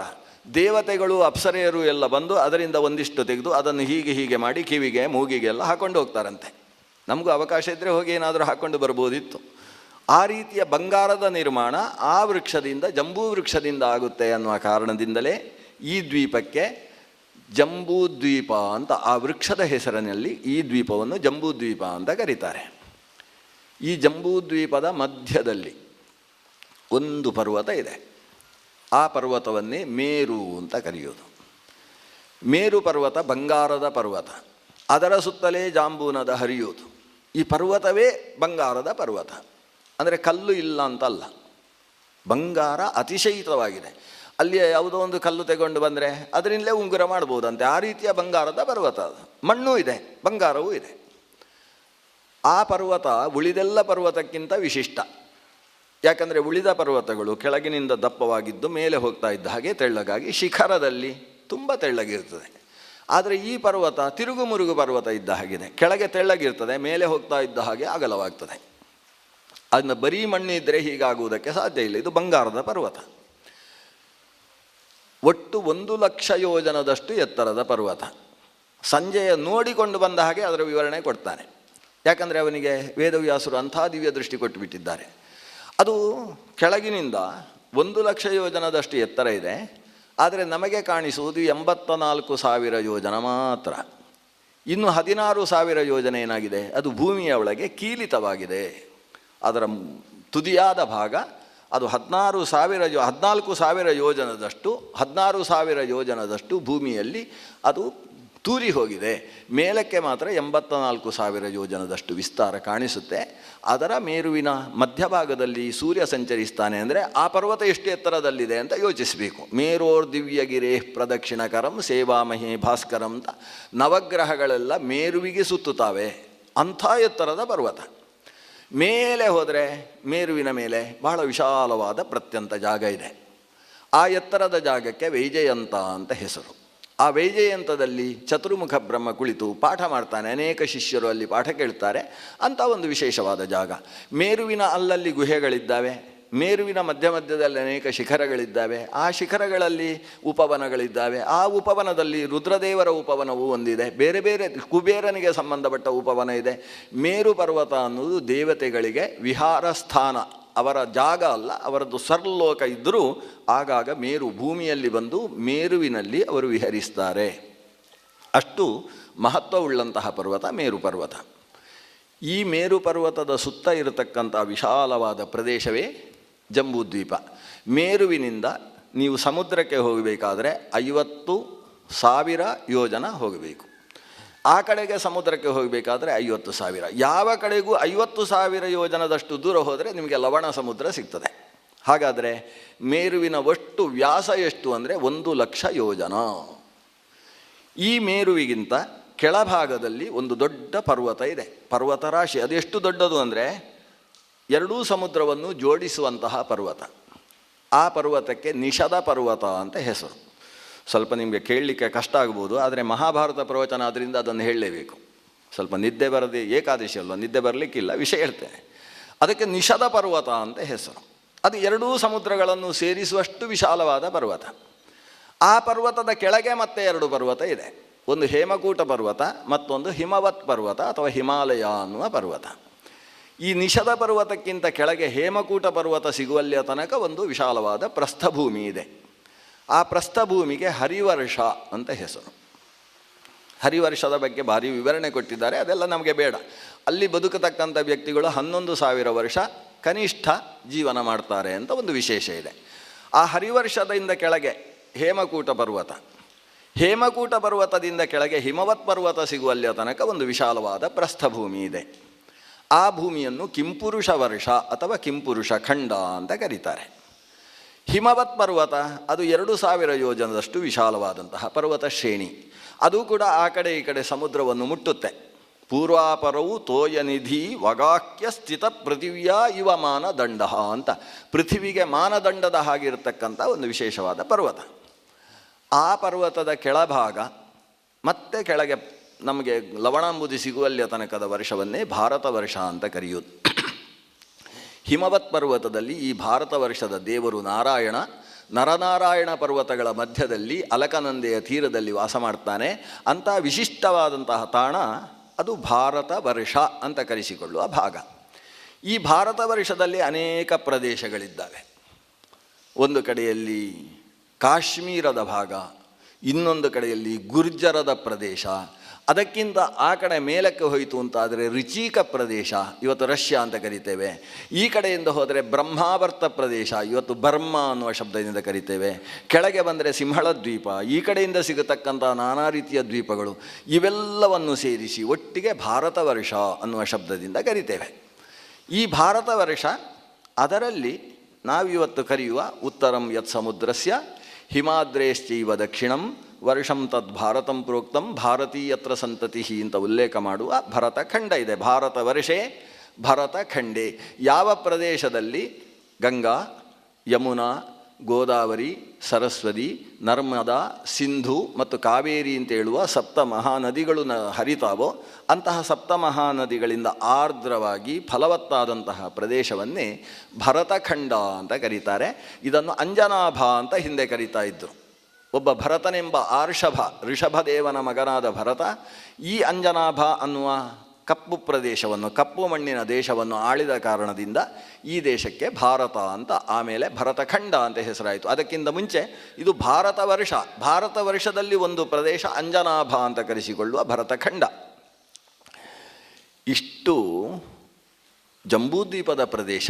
ಭರತಖಂಡದ ಮೇಲೆ ಹಿಮವತ್ ಪರ್ವತ, ಹಿಮವತ್ ಪರ್ವತದ ಮೇಲೆ ಕಿಂಪುರುಷ ಖಂಡ, ಕಿಂಪುರುಷ ಖಂಡವನ್ನು ಮೇಲೆ ದಾಟಿತು ಅಂತಾದರೆ ಹೇಮಕೂಟ, ಹೇಮಕೂಟವನ್ನು ದಾಟಿದರೆ ಹರಿವರ್ಷ, ಹರಿವರ್ಷದ ಮೇಲೆ ನಿಷದ ಅಂತ ಹೇಳುವ ಪರ್ವತ. ನಿಷದ ಪರ್ವತವನ್ನು ದಾಟಿ ಹೋದರೆ ಅಲ್ಲೊಂದು ಪ್ರಸ್ಥಭೂಮಿ, ಅದರ ಮಧ್ಯದಲ್ಲೇ ಮೇರು ಪರ್ವತ ಇರೋದು. ಮೇರು ಪರ್ವತವನ್ನು ದಾಟಿ ಮೇಲಕ್ಕೆ ಹೋದರೆ ಅಲ್ಲೊಂದು ವಿಶಾಲವಾದ ಪರ್ವತ. ನಿಷದ ಎಷ್ಟು ಉದ್ದವಾಗಿದೆಯೋ ಅಷ್ಟೇ ಉದ್ದವಾಗಿರತಕ್ಕಂತಹ ನೀಲ ಅಂತ ಹೇಳುವ ಒಂದು ಪರ್ವತ ಇದೆ. ನೀಲ ಪರ್ವತವು ಕೂಡ ಸೀಮಾ ಪರ್ವತ ಅಂತ ಕರೆಸಿಕೊಂಡಿದೆ. ಈ ನೀಲ ಮತ್ತು ನಿಷದ ಇದರ ಮಧ್ಯದಲ್ಲಿ ಮೇರುವಿನಿಂದ ಅಧಿಷ್ಠಿತವಾದ ಖಂಡ ಪ್ರದೇಶವನ್ನೇ ಇಲಾವೃತ ಖಂಡ ಅಂತ ಕರೀತಾರೆ. ಮಹಾಭಾರತ ಅದನ್ನು ಐರಾವತ ಖಂಡ ಅಂತ ಕರೆದಿದೆ. ಆದರೆ ಉಳಿದ ಎಲ್ಲ ಪುರಾಣಗಳು ಅದನ್ನು ಇಲಾವೃತ ಖಂಡ ಅನ್ನುವ ಹೆಸರಿನಿಂದ ಕರೆದಿದ್ದಾರೆ. ಈ ಇಲಾವೃತ ಖಂಡ ಅದು ಪೂರ್ವದಲ್ಲೂ ಮತ್ತು ಪಶ್ಚಿಮದಲ್ಲೂ ಅದನ್ನು ಮತ್ತೆ ಎರಡು ವಿಭಾಗ ಮಾಡ್ತಾರೆ. ಪೂರ್ತಿ ದಕ್ಷಿಣಕ್ಕೆ ಬಂದರೆ ಭಾರತ ವರ್ಷ. ಭಾರತ ವರ್ಷದ ಮೇಲೆ ನಾವೀಗ ಹೇಳಿದ ಹಾಗೆ ಕಿಂಪುರುಷ ಮತ್ತು ಹರಿವರ್ಷ ಇದೆ. ಹರಿವರ್ಷದ ಮೇಲೆ ನಾವು ಉತ್ತರಕ್ಕೆ ಸಾಗ್ತಾ ಇದ್ದೇವೆ. ಉತ್ತರದಲ್ಲಿ ಮಧ್ಯದಲ್ಲಿರತಕ್ಕಂಥ ಮೇರುವಿನಿಂದ ಪೂರ್ವಕ್ಕೆ ಮತ್ತು ಪಶ್ಚಿಮಕ್ಕೆ ಸಾಗಿದರೆ ಮಧ್ಯದಲ್ಲಿ ಒಟ್ಟು 50,000 ಯೋಜನದಷ್ಟು ಹೋದರೆ ನಮಗೆ ಸಾಗರ ಸಿಗುವುದು. 25,000 ಯೋಜನದಷ್ಟು ಹೋದಾಗ ಒಂದು ವಿಶಾಲವಾದ ಪರ್ವತ ಅಡ್ಡಲಕ್ಕಿದೆ. ಅಂದರೆ ಉತ್ತರದಿಂದ ದಕ್ಷಿಣದ ಕಡೆಗೆ ಹರಿದಂಥ ಒಂದು ಪರ್ವತ ಇದೆ. ಅದಕ್ಕೆ ಗಂಧಮಾದನ ಪರ್ವತ ಅಂತ ಹೆಸರು. ಹಾಗಾದರೆ ನಾವು ಇವತ್ತು ಇಲ್ಲಿಂದ ಗಂಧಮಾದನಕ್ಕೆ ಹೋಗಬೇಕಾದ್ರೆ ಎಷ್ಟು ದೂರ ಅಂತ ಲೆಕ್ಕ ಹಾಕಿ. ಹಿಂದೆ ಶ್ರೀರಾಮಚಂದ್ರ ಲಂಕೆಗೆ ಗಂಧಮಾದನವನ್ನು ತರಿಸಿಕೊಂಡ ಹನುಮಂತನ ಮೂಲಕ. ಎಷ್ಟು ದೂರಕ್ಕೆ ಹೋಗಬೇಕು? ಭರತ ವರ್ಷದ ಪೂರ್ತಿ ಕೆಳಗೆ ಲವಣ ಸಮುದ್ರದಿಂದ ಈ ಗಂಧಮಾದನಕ್ಕೆ ಸರಿಯಾಗಿ 50,000 ಯೋಜನ ಪ್ರಾಕ್ 50 ಸಹಸ್ರೈಹಿ ವ್ಯವಹಿತಂ ಅಗಮತ್ ಅಂತ 50,000 ಯೋಜನದಷ್ಟು ದೂರದಲ್ಲಿರತಕ್ಕಂಥದ್ದು ಈ ಗಂಧಮಾದನ ಪರ್ವತ. ಆ ಗಂಧಮಾದನ ಪರ್ವತದಿಂದ ವಿಭಕ್ತವಾದ ಪ್ರದೇಶ, ಈ ಕಡೆ ಇಲಾವೃತ ಖಂಡ, ಆ ಕಡೆಯಿಂದ ಕೇತುಮಾಲ ಅಂತ ಕರೆಸಿಕೊಳ್ತಕ್ಕಂಥ ಮತ್ತೊಂದು ಖಂಡ. ಈ ಕಡೆ ಪಶ್ಚಿಮಕ್ಕೆ, ಈಗ ನಾವು ಪೂರ್ವದ ಕಡೆಗೆ ಹೋದದ್ದು, ಪಶ್ಚಿಮದ ಕಡೆಗೆ ಹೋದಾಗ ಅಲ್ಲೊಂದು ಪರ್ವತ ಇದೆ. ಆ ಪರ್ವತವನ್ನು ಮಾಲ್ಯವತ್ ಪರ್ವತ ಅಂತ ಕರೀತಾರೆ. ಸುಪಾರ್ಶ್ವ ಅಂತಲೂ ಅದಕ್ಕೆ ಹೆಸರಿದೆ. ಶೃಂಗವಾನ್ ಅಂತ ಮಹಾಭಾರತ ಆ ಪರ್ವತವನ್ನು ಕರೆದಿದೆ. ಶೃಂಗವಾನ್ ಅಂತ ಹೇಳುವ ಪರ್ವತದ ತಡೆ ಇದೆ. ಆ ತಡೆಯುಳ್ಳಲ್ಲಿಯ ತನಕ ಇಲಾವೃತ ಖಂಡ, ಅದಕ್ಕಿಂತ ಆ ಕಡೆ ಭದ್ರಾಶ್ವ ಅಂತ ಹೆಸರಿನ ಒಂದು ಖಂಡ. ಹೀಗೆ ಭದ್ರಾಶ್ವ ವರ್ಷ, ಕೇತುಮಾಲ ವರ್ಷ ಮತ್ತು ಇಲಾವೃತ ವರ್ಷ, ಇಲ್ಲಿ 3 ಆಯಿತು. ಕೆಳಗೆ ಹರಿವರ್ಷ, ಕಿಂಪುರುಷ ವರ್ಷ ಮತ್ತು ಭಾರತ ವರ್ಷ ಅಂತ ಹೇಳಿ ಒಟ್ಟು 6 ಆಯಿತು. ಇನ್ನು ಮೇಲಕ್ಕೆ ಹೋದರೆ 3, ಒಟ್ಟು ನವವರ್ಷಾತ್ಮಕವಾದ ನವಖಂಡಗಳಿಂದ ತುಂಬಿದಂತಹ ಜಂಬೂದ್ವೀಪ. ಮೇಲಕ್ಕೆ ನೀಲಪರ್ವತವನ್ನು ನೋಡಿದ್ದೀವಿ ನಾವು. ನೀಲಪರ್ವತವನ್ನು ದಾಟಿ ಮೇಲೆ ಹೋದರೆ ಮತ್ತೆ 2 ಪರ್ವತಗಳು ಸಿಗ್ತವೆ. ಇಲ್ಲಿ ಕೆಳಗೆ ಸಿಕ್ಕಿದ ಹಾಗೆ ಮೇಲೆ 2 ಪರ್ವತಗಳು. ಅದರಲ್ಲಿ ಒಂದು ಪರ್ವತವನ್ನು ಇಲ್ಲಿ ಈ ಕಡೆ ಶೃಂಗವಾನ ಪರ್ವತ ಇದ್ದ ಹಾಗೆ ಅಲ್ಲೊಂದು ಶ್ವೇತ ಪರ್ವತ ಅಂತ ಬರ್ತದೆ. ಅದು ಈ ಕೆಳಗೆ ಇರುವ ಹೇಮಕೂಟ ಪರ್ವತ ಎಷ್ಟು ವಿಸ್ತಾರವಾಗಿದೆಯೋ ಅಷ್ಟೇ ವಿಸ್ತಾರವಾಗಿ 2 ಸಮುದ್ರಗಳನ್ನು ಸೇರಿಸತಕ್ಕಂಥ ಒಂದು ಪರ್ವತ ಶ್ವೇತ ಪರ್ವತ. ಆ ಶ್ವೇತ ಪರ್ವತ ಮತ್ತು ನೀಲ ಪರ್ವತ ಇವೆರಡು ಪರ್ವತಗಳ ಮಧ್ಯದಲ್ಲಿರುವ ಪ್ರಸ್ಥಭೂಮಿಯನ್ನು ರಮಣಕ ದ್ವೀಪ, ರಮಣಕ ಅಂತ ಕರೀತಾರೆ ಅಥವಾ ರಮ್ಯಕ ಅಂತ ಕರೀತಾರೆ. ರಮ್ಯಕ ವರ್ಷ ಇದು ಈ ವ್ಯವಸ್ಥೆಯ ಪ್ರಕಾರ 7ನೆಯ ವರ್ಷ. ರಮ್ಯಕ ಅಂತ ಅದಕ್ಕೆ ಹೆಸರು. ಅತ್ಯಂತ ರಮ್ಯವಾದ ಪ್ರದೇಶವಾದ್ರಿಂದಲೇ ಅದನ್ನು ರಮ್ಯಕ ಅಂತ ಕರೀತಾರೆ. ಅಲ್ಲಿಯ ವೃಕ್ಷಗಳೆಲ್ಲ ಸಾಮಾನ್ಯವಾಗಿ ಬೆಳೆಯುವ ವೃಕ್ಷ, ಕೊಂಬೆಗಳಿಂದ ಸಹಿತವಾಗುವ ವೃಕ್ಷ. ಅಲ್ಲಿ ಕೊಂಬೆಗಳ ವೃಕ್ಷ ಇಲ್ಲ. ತೆಂಗು, ಕಂಗು ವೃಕ್ಷಗಳ ಹಾಗೆ ಕೊಂಬೆ ಇಲ್ಲದೆ ಎತ್ತರಕ್ಕೆ ಬೆಳೆಯತಕ್ಕಂತಹ ವೃಕ್ಷಗಳು. ಬಿದಿರಿನ ಅನೇಕ ವೃಕ್ಷಗಳ ಪಿಂಡುಗಳಿದ್ದಾವೆ, ಆದರೆ ಬಿದಿರಿನಲ್ಲಿ ಮುಳ್ಳು ಇಲ್ಲ. ಬಿದಿರು ಅಕ್ಕಿ ಕೊಡುತ್ತಂತೆ. ಆ ಅಕ್ಕಿಯನ್ನು ಇವರು 60 ವರ್ಷಕ್ಕೊಂದು ಸಲ ಅಡುಗೆ ಮಾಡಿ ತಿಂತಾರಂತೆ. ಬಹುಶಃ ಅದು ಅಕ್ಕಿ ಕೊಡುವುದು ಕೂಡ 60 ವರ್ಷಕ್ಕೊಂದು ಬಾರಿ ಅಂತ ಅನಿಸುತ್ತೆ. ಇವರಿಗೆ ಒಂದು ಬಾರಿ ಊಟ ಮಾಡಿದರೆ ಆಮೇಲೆ 60 ವರ್ಷದ ತನಕ ಅವರಿಗೆ ಆಹಾರ ಬೇಕಾಗುವುದಿಲ್ಲಂತೆ. ಆ ರೀತಿಯ ವಿಶೇಷ ಶಕ್ತಿಯುಳ್ಳವರು ರಮ್ಯಕ ಅನ್ನುವ ಪ್ರದೇಶದಲ್ಲಿ ವಾಸ ಮಾಡ್ತಾರೆ. ಅಲ್ಲಿಂದ ಶ್ವೇತಪರ್ವತ ಸಿಕ್ಕಿತು. ಶ್ವೇತಪರ್ವತವನ್ನು ದಾಟಿ ಮೇಲಕ್ಕೆ ಹೋದಾಗ ಮತ್ತೊಂದು ಪರ್ವತ ಇದೆ, ಅದಕ್ಕೆ ಶೃಂಗ ಪರ್ವತ ಅಂತ ಹೆಸರು. ಅದು ಮರಕತ ಅಂತ ಹೇಳುವ ಕಲ್ಲಿನಿಂದಲೇ ನಿರ್ಮಿತವಾದಂತಹ ಪರ್ವತ, ರತ್ನಮಯವಾದಂತಹ ಪರ್ವತ. ಆ ರತ್ನಮಯ ಪರ್ವತದ ತನಕ ಅದನ್ನು ರತ್ನಪರ್ವತ ಅಂತಲೂ ಕರೀತಾರೆ. ಅಲ್ಲಿಯ ತನಕ ಇರತಕ್ಕಂಥ ಭೂಖಂಡ ಏನಿದೆ, ಪ್ರಸ್ಥಭೂಮಿ, ಆ ಪ್ರಸ್ಥಭೂಮಿಯನ್ನು ಹಿರಣ್ಯಮಯ ಅಂತ ಕರೀತಾರೆ. ಹಿರಣ್ಯಮಯ ವರ್ಷ ಅಂದರೆ ಅಲ್ಲಿ ಬಂಗಾರದ ಬಣ್ಣದ ಭೂಮಿ ಇದೆ. ವಿಶೇಷವಾಗಿ ಅಲ್ಲಿ ನಾನಾ ಬಗೆಯ ವಸ್ತ್ರ ಆಭರಣಗಳ ವಿನ್ಯಾಸವನ್ನು ಮಾಡಿಕೊಂಡು ಜನರು ಓಡಾಡ್ತಾರೆ. ಅವರು 12,000 ವರ್ಷ ಬದುಕ್ತಾರಂತೆ ಹಿರಣ್ಯಮಯ ವರ್ಷದಲ್ಲಿ. ಹಿರಣ್ಯಮಯ ವರ್ಷ ದಾಟಿದರೆ ಅಂದರೆ ರತ್ನಪರ್ವತವನ್ನು ದಾಟಿ ಮೇಲಕ್ಕೆ ಹೋದರೆ ಮತ್ತೆ ಸಮುದ್ರ ಸಿಗ್ತದೆ. ಆ ಸಮುದ್ರದ ತನಕ ಇರುವ ಪ್ರಸ್ಥಭೂಮಿಯನ್ನು ಉತ್ತರ ಕುರುಜಾಂಗಲ ವರ್ಷ ಅಥವಾ ಕುರು ವರ್ಷ ಅಂತ ಕರೀತಾರೆ.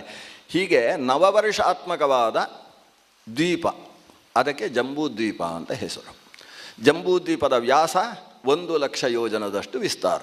ಇಷ್ಟರಲ್ಲಿ ಪುಟ್ಟದಾದದ್ದು ಭಾರತ ವರ್ಷ. ಈ ಭಾರತ ವರ್ಷದ ಬಗ್ಗೆ ಅದರಲ್ಲೂ ಮಧ್ಯದಲ್ಲಿ ವಿಂಧ್ಯ ಇದೆ, ಮೇಲೆ ಹಿಮವತ್ತಿದೆ. ಹಿಮವತ್ತು ಮತ್ತು ವಿಂಧ್ಯೆಯ ಮಧ್ಯಭಾಗದಲ್ಲಿ ಹಸ್ತಿನಪುರ ಇದೆ. ಆ ಹಸ್ತಿನಪುರದ ಸುತ್ತಮುತ್ತ ಇರತಕ್ಕಂತಹ ಒಂದಷ್ಟು ದೇಶಗಳಷ್ಟೇ ನನಗೆ ಅಂತ ಅಣ್ಣ ತಮ್ಮಂದಿರು ಹೋರಾಡ್ತಾ ಇದ್ದೀರಿ. ಹೋಗಲಿ, ಇದು ಈ ಭೂಮಿ ಏನಿದೆ ಜಂಬೂದ್ವೀಪ ಬಹಳ ವಿಶಾಲವಾದದ್ದು. ಇದು ಭೂಮಿಯೋ ಅಲ್ಲ, ಇದು ಇಡೀ ಭೂಮಿಯ 1,000 ಭಾಗದಲ್ಲಿ ಒಂದು ತುಂಡು ಅಷ್ಟೇ. ಯಾಕೆಂದರೆ ಈ ಎಷ್ಟಿದೆಯೋ ಜಂಬೂದ್ವೀಪ ಅದರಷ್ಟೇ ಸಾಗರ ಇದೆ, ಲವಣ ಸಾಗರ ಇದೆ.